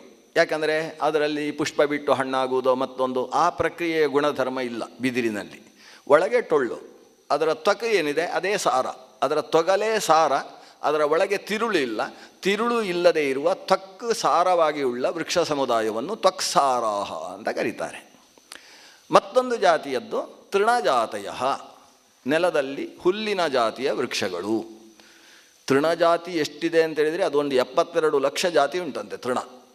ಒಟ್ಟು 84 ಲಕ್ಷ ಯೋನಿ ಅಂತ ಕರಿತೇವಲ್ಲ, ಅನೇಕ ಬಗೆಯ ತೃಣಗಳಿದ್ದಾವೆ.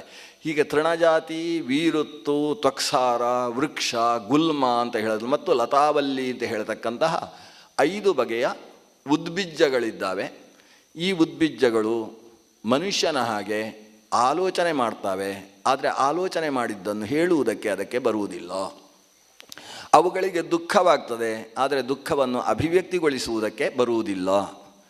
ಅವುಗಳಿಗೆ ಸಂತೋಷವಾಗ್ತದೆ, ಆಶೀರ್ವಾದ ಮಾಡ್ತವೆ, ಆದರೆ ಆಶೀರ್ವಾದವನ್ನು ಬಾಯಿಬಿಟ್ಟು ಹೇಳಲಾರವು ಅಥವಾ ಕೈಯೆತ್ತು ಆಶೀರ್ವಾದ ಮಾಡಲಾರವು. ಆದ್ದರಿಂದ ಅವುಗಳನ್ನು ಸ್ಥಾವರ ಚೇತನ ಅಂತ ಕರೀತಾರೆ. ಒಬ್ಬ ಕೊಡಲಿ ಹಿಡ್ಕೊಂಡು ಮರವನ್ನು ಕಡಿಯುವುದಕ್ಕೆ ಹೋದಾಗ ಆ ಮರಕ್ಕೆ ಅಯ್ಯೋ ಪಾಪ ಅಂತ ಅನಿಸುತ್ತೆ, ಬೇಸರವೂ ಆಗ್ತದೆ. ಬೇಸರವಾಗುವುದು ಯಾಕೆ? ಇವನು ಕತ್ತರಿಸ್ತಾನೆ ಅಂತ ಬೇಸರ ಅಲ್ಲ. ಇವ ಕತ್ತರಿಸಿದ ಮೇಲೆ ನನ್ನಲ್ಲಿ 25 ಹಕ್ಕಿಗಳು ಗೂಡು ಕಟ್ಟಿಕೊಂಡು ವಾಸ ಮಾಡ್ತಾ ಇದ್ದಾವೆ, ಅಷ್ಟೂ ಹಕ್ಕಿಗಳಿಗೂ ಕೂಡ ತಾಣ ಇಲ್ಲದೆ ಹೋಗ್ತದಲ್ಲ ಅಂತ ಅದಕ್ಕೆ ಬೇಸರವಾಗೋದು. ನಾನು ಈ ಮರದ ಬದಿಯಲ್ಲಿರುವುದರಿಂದ ಎಷ್ಟು ಜನ ಬಂದು ವಿಶ್ರಾಂತಿಗೋಸ್ಕರ ನನ್ನ ನೆರಳನ್ನು ಆಶ್ರಯಿಸ್ತಾ ಇದ್ದರು, ನಾಳೆಯಿಂದ ಇಂತಹ ಪರೋಪಕಾರ ಮಾಡುವುದಕ್ಕೆ ನನಗೆ ಅವಕಾಶವಿಲ್ಲವಲ್ಲ ಅಂತ ವೃಕ್ಷಚೇತನ ಬೇಸರಿಸಿಕೊಳ್ತದೆ. ಆ ಬೇಸರವೇ ಮರ ಕಡಿದವನಿಗೆ ಪಾಪವಾಗಿ ಅವನ ಮಕ್ಕಳಲ್ಲಿ ಕಾಣಿಸ್ತದೆ ಅಂತ ಬೇರೆ ಶಾಸ್ತ್ರಗಳು ಹೇಳ್ತವೆ. ಅಂದ ವೃಕ್ಷಗಳನ್ನು ಸಂರಕ್ಷಣೆ ಮಾಡುವಂಥದ್ದು, ಪಕ್ಕದ ಮನೆಯ ವ್ಯಕ್ತಿಯನ್ನು ಕತ್ತರಿಸಿಕೊಳ್ಳುವುದು ಎಷ್ಟು ಅಪರಾಧವೋ, ಸಾರ್ವಜನಿಕವಾದ ವೃಕ್ಷವನ್ನು ಕತ್ತರಿಸುವುದು ಕೂಡ ಅಷ್ಟೇ ದೊಡ್ಡ ಅಪರಾಧ. ತನ್ನದ್ದೇ ಆದ ವೃಕ್ಷವನ್ನು ತಾನು ಕತ್ತರಿಸಬೇಕಾದರೂ ಅಂಥದೇ ವೃಕ್ಷವನ್ನು ಮತ್ತೆ ಒಂದು ನೆಟ್ಟು ಬೆಳೆಸಿ ಇದನ್ನು ಕತ್ತರಿಸುವುದಕ್ಕೆ ಅಧಿಕಾರವನ್ನು ಪಡ್ಕೊಳ್ಬೇಕು. ಅಂದ ವೃಕ್ಷ ಅನ್ನುವ ಚೇತನ ಮನುಷ್ಯನಿಗಿಂತ ಹೆಚ್ಚು ಪರೋಪಕಾರಕ. ಪರೋಪಕಾರಾಯ ಫಲಂತಿ ವೃಕ್ಷಾ ಪರೋಪಕಾರಾಯ ವಹಂತಿ ನದ್ಯ. ಪರೋಪಕಾರಾಯ ದುಹಂತಿ ಗಾವಃ ಪರೋಪಕಾರಾರ್ಥಮಿದಂ ಶರೀರಂ ಅಂತ ಮನುಷ್ಯನಿಗೆ ಬುದ್ಧಿ ಹೇಳುವುದಕ್ಕೋಸ್ಕರ ವೃಕ್ಷದ ದೃಷ್ಟಾಂತವನ್ನು ಕೊಡ್ತಾರೆ. ಅದು ಇನ್ನೊಬ್ಬರಿಗೋಸ್ಕರವೇ ಬದುಕುತ್ತೆ. ತಾನು ಬದುಕಿರುವಲ್ಲಿಯ ತನಕವೂ ಪರರಿಗೆ ಉಪಕಾರವನ್ನು ಮಾಡುತ್ತೆ. ತಾನು ದೊಡ್ಡ ಹಲಸಿನ ಹಣ್ಣನ್ನು ಹೊತ್ತುಕೊಂಡು ನಿಲ್ತದೆ ಪಾಪ. ಯಾಕೆ? ತಾನು ತಿನ್ನುವುದಕ್ಕೋಸ್ಕರ ಅಲ್ಲ, ಯಾರಾದರೂ ಕತ್ತಿಗಳೇ ಹಾಕಿ ಹೇಳಿದರೆ ಅವರಿಗೆ ಹೊಟ್ಟೆಗೆ ಒಂದು ಕೊಡುವ ಅಂತ ಅದು ಹೊತ್ತುಕೊಂಡು ನಿಲ್ತದೆ. ಪರೋಪಕಾರಕ್ಕೋಸ್ಕರವೇ ವೃಕ್ಷ ಬದುಕುತ್ತೆ. ಸತ್ತ ಮೇಲೆಯೂ ಪರೋಪಕಾರವನ್ನೇ ಮಾಡ್ತದೆ. ಸತ್ತ ಮೇಲೆ ಅದನ್ನು ಕತ್ತರಿಸಿ ತಂದು ಅದರಿಂದ ಮರಮಟ್ಟುಗಳನ್ನು ಮಾಡಿಕೊಂಡು ತನ್ನ ಮನೆಯ ಕಿಟಕಿ ಬಾಗಿಲುಗಳನ್ನು ಮನುಷ್ಯ ಮಾಡಿಕೊಳ್ತಾನೆ. ಅಥವಾ ಸತ್ತ ಮೇಲೆ ಒಣಗಿದ ವೃಕ್ಷವನ್ನು ತನ್ನ ಒಲೆಯಲ್ಲಿ ಹಚ್ಚಿ ಅದರಿಂದ ಅಡಿಗೆ ಬೇಯಿಸಿಕೊಂಡು ತಿಂತಾನೆ. ಮತ್ತೊಬ್ಬರ ಹೊಟ್ಟೆ ತುಂಬಿಸುವ ಕೆಲಸವನ್ನು ಸತ್ತ ಮೇಲೆಯೂ ಮಾಡತಕ್ಕಂತಹ ವೃಕ್ಷ ಜಾತಿ ಅಷ್ಟು ಪರೋಪಕಾರಕವಾದದ್ದು ಚೇತನ. ಉಳಿದ ಚೇತನಗಳಲ್ಲಿ ಹಾಗಿಲ್ಲ. ಸತ್ತ ಮೇಲೆ ಕೊಳೆತು ವಾಸನೆ ಬರ್ತವೆ, ಆದರೆ ವೃಕ್ಷಗಳು ಹಾಗಲ್ಲ, ಸತ್ತ ಮೇಲೆ ಒಣಗಿ ಉರುವಲಾಗ್ತವೆ. ಅಂತಹ ಉಪಕಾರಕವಾದಂತಹ ಉದ್ಬಿಜ್ಜ ಅನ್ನುವುದು ಕೂಡ ಪೃಥ್ವಿಯಲ್ಲಿ ಸೇರಿದೆ. ಈ ವೃಕ್ಷಗಳು ಅದರ ಕಿಸಲಯ ಅಂತೇಳಿದರೆ ಅದರ ಚಿಗುರು ಬರ್ತಾ ಇದ್ದ ಹಾಗೆ ಅದು ಕೆಂಪಾಗಿ ಕಾಣಿಸುತ್ತೆ, ಮನುಷ್ಯನ ಕಣ್ಣನ್ನು ಆಕರ್ಷಿಸುತ್ತೆ. ವಿಷಯ ಪ್ರವಾಲಾಹ, ಅದೊಂದು ರೀತಿಯಲ್ಲಿ ಇವನ ಮನಸ್ಸನ್ನು ಆಕರ್ಷಿಸಿ ಆ ವೃಕ್ಷದ ಸನ್ನಿಧಾನದಲ್ಲೇ ಇರಬೇಕು ಅಂತ ಮನುಷ್ಯರಿಗೆ ವೃಕ್ಷಕ್ಕೂ ತನಗೂ ಒಂದು ಬಾಂಧವ್ಯವನ್ನು ಬೆಸೆಯುತ್ತೆ. ಆಮೇಲೆ ಅದರ ಮಧ್ಯದಲ್ಲಿ ಒಂದು ಕೋರಕ ಮೊಗ್ಗು ಬರುತ್ತೆ. ಮೊಗ್ಗು ಬಂದು ಪುಷ್ಪ ಅರಳುತ್ತೆ. ಅರಳಿದ ಪುಷ್ಪಗಳಿಗೆ ನಾನಾ ನೊಣಗಳು ಬಂದು ಮುತ್ತುತ್ತವೆ. ಅಲಿಗಳು ಬಂದು ಮುಟ್ತವೆ, ಅವುಗಳು ಮಧುಕರಗಳು ಬಂದು ಅದನ್ನು ಮುತ್ತಿ ಅದರಲ್ಲಿದ್ದ ಸಾರವನ್ನು ಹೀರಿಕೊಂಡು ಹೋಗಿ ಜೇನನ್ನಾಗಿಸ್ತವೆ. ಹಾಗೆ ಇನ್ನೊಂದು ಪುಷ್ಪಕ್ಕೆ ಹೋಗುವಾಗ ಇದರ ಕುಸುಮವನ್ನು ಮತ್ತೊಂದು ಕುಸುಮಕ್ಕೆ ಪರಾಗಸ್ಪರ್ಶವನ್ನು ಮಾಡುವುದರ ಮೂಲಕ ಅವುಗಳಲ್ಲಿ ಫಲ ಬರುವ ಹಾಗೆ ಮಾಡ್ತವೆ. ಹೀಗೆ ನೊಣಗಳಿಗೆ ಉಪಕಾರಕ. ನೊಣಗಳು ಅದನ್ನು ಹಿಡಿದುಕೊಂಡು ಹೋಗಿ ಒಂದು ಕಡೆಯಲ್ಲಿ ಜೋಡಿಸಿದ ಕಾರಣದಿಂದ ಅದು ಜೇನುತುಪ್ಪ, ಮಧು ಅನ್ನುವ ಹೆಸರಿನಲ್ಲಿ ಮನುಷ್ಯನಿಗೆ ಆಯುರ್ವೇದದ ಅಮೃತವಾಗ್ತದೆ, ಪಂಚಾಮೃತಗಳಲ್ಲಿ ಒಂದಾಗಿ ಬಿಡ್ತದೆ. ಅಂತಹ ಅಮೃತವನ್ನು ಕೊಡತಕ್ಕಂಥದ್ದು ವೃಕ್ಷ ಜಾತಿಯೇ ಆಗಿದೆ. ಆದ್ದರಿಂದ ಅದು ವೃಕ್ಷ ಎಂಬುದು ದೈವೀ ಯಜ್ಞೋಪಯೋಗಿ ಅಂತ ಕರೆಸಿಕೊಳ್ತದೆ. ಮಧು ಮೊದಲಾದಂತಹ ಯಜ್ಞೋಪಯೋಗಿ ದ್ರವ್ಯಗಳಿಗೆ ಹೇತು. ಅಷ್ಟೇ ಅಲ್ಲ, ಅದರ ಸಮಿತ್ತುಗಳು, ಪುಷ್ಪಗಳು ಇತ್ಯಾದಿಗಳು ಯಜ್ಞಕ್ಕೆ ಬರುವುದರಿಂದ ಅದು ಯಜ್ಞೋಪಯೋಗಿ. ಆ ವೃಕ್ಷದ ಮರಮಟ್ಟುಗಳನ್ನು ಉಪಯೋಗಿಸಿಕೊಂಡು ತಾವು ಅರಣಿಮಂಥನಕ್ಕೆ ಬೇಕಾದಂತಹ ವಸ್ತುಗಳನ್ನು, ದರ್ವಿ ಮೊದಲಾದ ವಸ್ತುಗಳನ್ನು ಮಾಡುವ ಕಾರಣದಿಂದ ಅದು ಯಜ್ಞೋಪಯೋಗಿ. ಹೀಗೆ ಯಜ್ಞೀಯ ಅಂತ ಕರೆಸಿಕೊಳ್ಳುವ ವೃಕ್ಷ ಅದು ನಮ್ಯ, ಅದು ಪೂಜ್ಯ.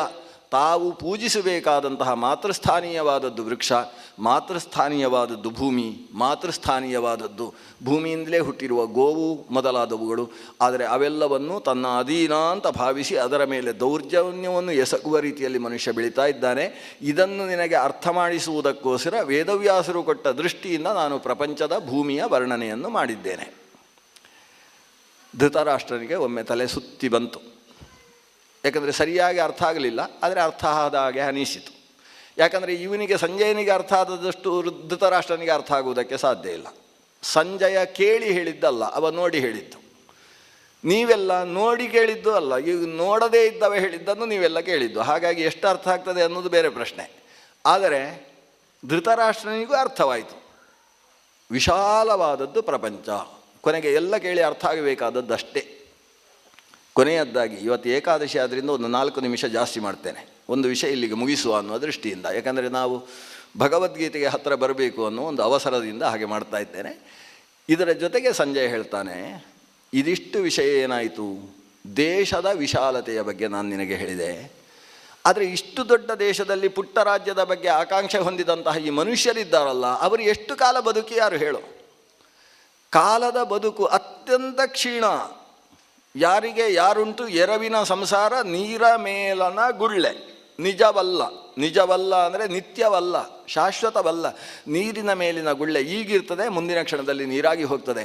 ಹೇಗೋ ಹಾಗೆ ಮನುಷ್ಯನ ಜೀವನ. ಮಣ್ಣಿನಿಂದ ಬಂದವ ಈ ಮನುಷ್ಯ ಪ್ರಾಣಿ ಎಷ್ಟು ಹೊತ್ತಿಗೆ ಮಣ್ಣಾಗ್ತಾನೆ ಅಂತ ಗೊತ್ತಿಲ್ಲ. ಅಷ್ಟು ಅಲ್ಪಕಾಲದ ಜೀವನದಲ್ಲಿ ಇಂಥ ಹೋರಾಟವ ಮಣ್ಣಿಗೋಸ್ಕರ? ಮಣ್ಣಿನ ದೇಹದಿಂದ ಮಣ್ಣಿಗೋಸ್ಕರ ಯಾಕೆ ಹೋರಾಡಬೇಕು? ಆವಾಗ ಧೃತರಾಷ್ಟ್ರ ಹೇಳ್ತಾನೆ, ಇಲ್ಲ ನನಗೆ ಈಗಾಗಲೇ 250 ಆಯಿತು. ಧೃತರಾಷ್ಟ್ರನಿಗೆ 250 ಆಗಿದೆ ಅಂತೆ ಯುದ್ಧದ ಕಾಲಕ್ಕೆ. ನನ್ನ ಮಕ್ಕಳಿಗೆ 78, 90 ಆಗ್ತಾ 80 ಆಗ್ತಾ ಬಂತು. ಅವರಿಗೆ ಸಹಸ್ರಚಂದ್ರ ದರ್ಶನ ಮಾಡುವ ಹೊತ್ತಿಗೆ ಇವರು ಯುದ್ಧ ಮಾಡಲಿಕ್ಕೆ ಹೊರಟಿದ್ದಾರೆ ನನ್ನ ಮಕ್ಕಳು. ಏನು ಅಲ್ಪಕಾಲಿಕ ಅಂತ ಹೇಳ್ತೀಯಲ್ವ, ಇಷ್ಟು ಕಾಲ ನಾವು ಬದುಕಿದ್ದೇವಲ್ವ? ಆವಾಗ ಹೇಳ್ತಾನೆ, ನೋಡು ಕಾಲ ಅಂದರೆ ಏನು? ಕಾಲ ಅನ್ನೋದು ಅತ್ಯಂತ ವಿಶಾಲವಾದದ್ದು.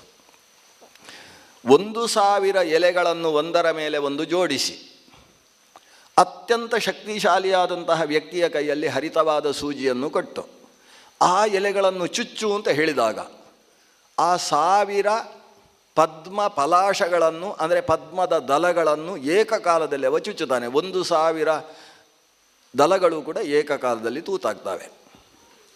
ಆದರೆ ಏಕಕಾಲದಲ್ಲಿ ತೂತಾದದ್ದ? ಒಂದು ದಳ ತೂತಾದ ಮೇಲೆ ಮತ್ತೊಂದು ದಳ ತೂತಾಯಿತು.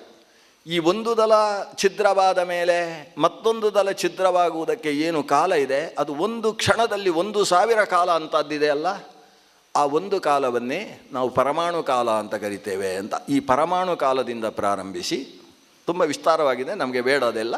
ಅಲ್ಲಿಂದ ದಿನದ ತನಕ ಬರುವ ಹಗಲು ರಾತ್ರಿಗಳು 24 ಗಳಿಗೆಗಳು ಸೇರಿ 24 ನಿಮಿಷದ 60 ಗಳಿಗೆಗಳು ಸೇರಿ ಒಂದು ಅಹೋರಾತ್ರ ಅಂತ ಆಗುತ್ತೆ, ಒಂದು ದಿನ ಆಗ್ತದೆ. ಈ ದಿನಗಳು 36,000 ಕಳೆದರೆ ಆಮೇಲೆ ಮನುಷ್ಯನ ಶರೀರ ಭೂಮಿಯಲ್ಲಿರುವುದಿಲ್ಲ. ಯಾಕಂದರೆ ಶತಾಯು ಪುರುಷ ಅಂತ ವೇದ ಹೇಳ್ತದೆ. 100 ವರ್ಷ ಈ ಶರೀರಕ್ಕೆ ಆಯುಷ್ಯ. ನೀನಿನ್ನೇನಾದರೂ ಉಸಿರಾಟವನ್ನು ಹೆಚ್ಚು ಕಡಿಮೆ ಮಾಡಿಕೊಂಡು ಆಯುಷ್ಯ ಜಾಸ್ತಿ ಮಾಡಿಕೊಳ್ಬೋದು, ಅಥವಾ ಎಡವಟ್ಟು ಉಸಿರಾಟ ಮಾಡಿಕೊಂಡು ಆಯುಷ್ಯವನ್ನು ಕ್ಷೀಣಿಸಿಕೊಳ್ಬೋದು. ಆದರೆ 36,000 ದಿನ ಅಂದರೆ 360 × 100, 360 ದಿನಕ್ಕೆ 1 ವರ್ಷ ಅನ್ನುವ ಸಾವನಮಾನದ ಲೆಕ್ಕಾಚಾರದ ಪ್ರಕಾರ 100 ವರ್ಷ ಅನ್ನೋದು ಮನುಷ್ಯನ ಪೂರ್ಣಾಯುಷ್ಯ. ಆ ಪೂರ್ಣಾಯುಷ್ಯ ಎಷ್ಟು ದೊಡ್ಡ ಕಾಲ ಹೇಳು? ಬಹಳ ಚಿಕ್ಕದು. ಇದು ಕಲಿಯುಗದ ಆರಂಭದ ಆಯುಷ್ಯವನ್ನು ನಾನು ಹೇಳ್ತಾ ಇರೋದು. ಆದರೆ ಇಷ್ಟರಲ್ಲಿ ಕೆಲವು ಪ್ರಾಣಿಗಳ ಆಯುಷ್ಯ ಹೇಗಿದೆ ಗೊತ್ತೋ? ಈ 1,000 ಕಮಲದಳಗಳನ್ನು ಚುಚ್ಚುವುದಕ್ಕೆ ಬೇಕಾದ ಒಂದು ಪರಮಾಣು ಕಾಲ ಅಂತ ಏನಿದೆ, ಅತ್ಯಂತ ಸೂಕ್ಷ್ಮ ಕಾಲ. ಆ ಸೂಕ್ಷ್ಮ ಕಾಲದಲ್ಲಿ ಕೆಲವೊಂದು ಪ್ರಾಣಿಗಳು ಹುಟ್ಟಿ ಬೆಳೆದು ಮದುವೆಯಾಗಿ ಸಂತಾನೋತ್ಪತ್ತಿ ಮಾಡಿಕೊಂಡು ಸತ್ತು ಹೋಗಿರ್ತವೆ ಅಷ್ಟು ಪುಟ್ಟ ಕಾಲದಲ್ಲಿ. ಅದಕ್ಕೆ ಅದೇ 100 ವರ್ಷ. ನಾವು ಕಣ್ಣು ರೆಪ್ಪೆ ಮುಚ್ಚಿ ತೆಗೆಯುವಷ್ಟರ ಹೊತ್ತಿಗೆ ಎಷ್ಟೆಷ್ಟೋ ಪ್ರಾಣಿಗಳ ಜೀವನಾಯುಷ್ಯವೇ ಮುಗಿದು ಹೋಗಿರುತ್ತೆ. ಕೆಲವೊಂದು ಪ್ರಾಣಿಗಳು ಈ ಮನುಷ್ಯನ ಜೀವನಾಂಶದ ಲೆಕ್ಕಾಚಾರದಲ್ಲಿ ಕಣ್ಣು ಮಿಟುಕಿಸುವಷ್ಟು ಹೊತ್ತು ಕಾಲ ಬದುಕಿರ್ತವೆ. ಕೆಲವು ಪ್ರಾಣಿಗಳು ಒಂದು ಪ್ರಹರ ಕಾಲ ಬದುಕ್ತವೆ, ನೆಲವನ್ನು ಸೀಳಿಕೊಂಡು ಸ್ವೇದಜಗಳಾಗಿ.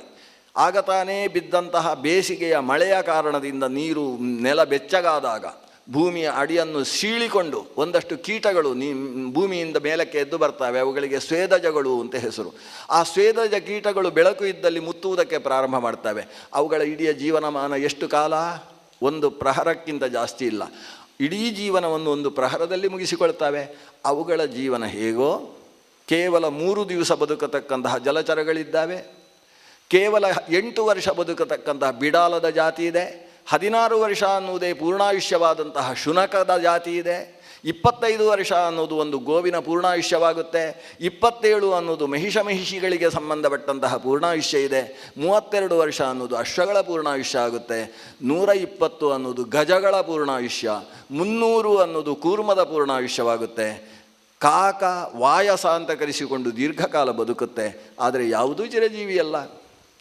ಚಿರಜೀವಿ ಅನ್ನೋದು ಯಾವುದೂ ಅಲ್ಲ. ಹಾಗಾದರೆ ಒಬ್ಬ ವ್ಯಕ್ತಿಯನ್ನು ಇವ ಚಿರಜೀವಿ ಭವ ಅಂತ ನಾವು ಆಶೀರ್ವದಿಸಿದರೆ ವೇದೋಕ್ತವಾದ ಆಯುಷ್ಯವನ್ನು ನೀನು ಪಡಿ ಅಂತ ಅಷ್ಟೇ ಅರ್ಥ. ವೇದೋಕ್ತಂ ಪರಂ ಆಯುಷ್ಯಂತೆ ಅಸ್ತು ಯಹ ಶತಂ ಜೀವತಿ ಸಹ ಚಿರಂ ಜೀವತಿ ಅಂತ ಪಾತಂಜಲ ಭಾಷ್ಯಕಾರ ಹೇಳಿದ ಹಾಗೆ 100 ವರ್ಷ ಬದುಕು ಅಂತ ಅದರ ಅರ್ಥವೇ ಹೊರತು ಸಾಯದೇ ಇರಬೇಕು ಅನ್ನುವುದು ಅದರ ಅರ್ಥ ಅಲ್ಲ. ಹುಟ್ಟಿದ್ದು ಸಾಯಲೇಬೇಕು.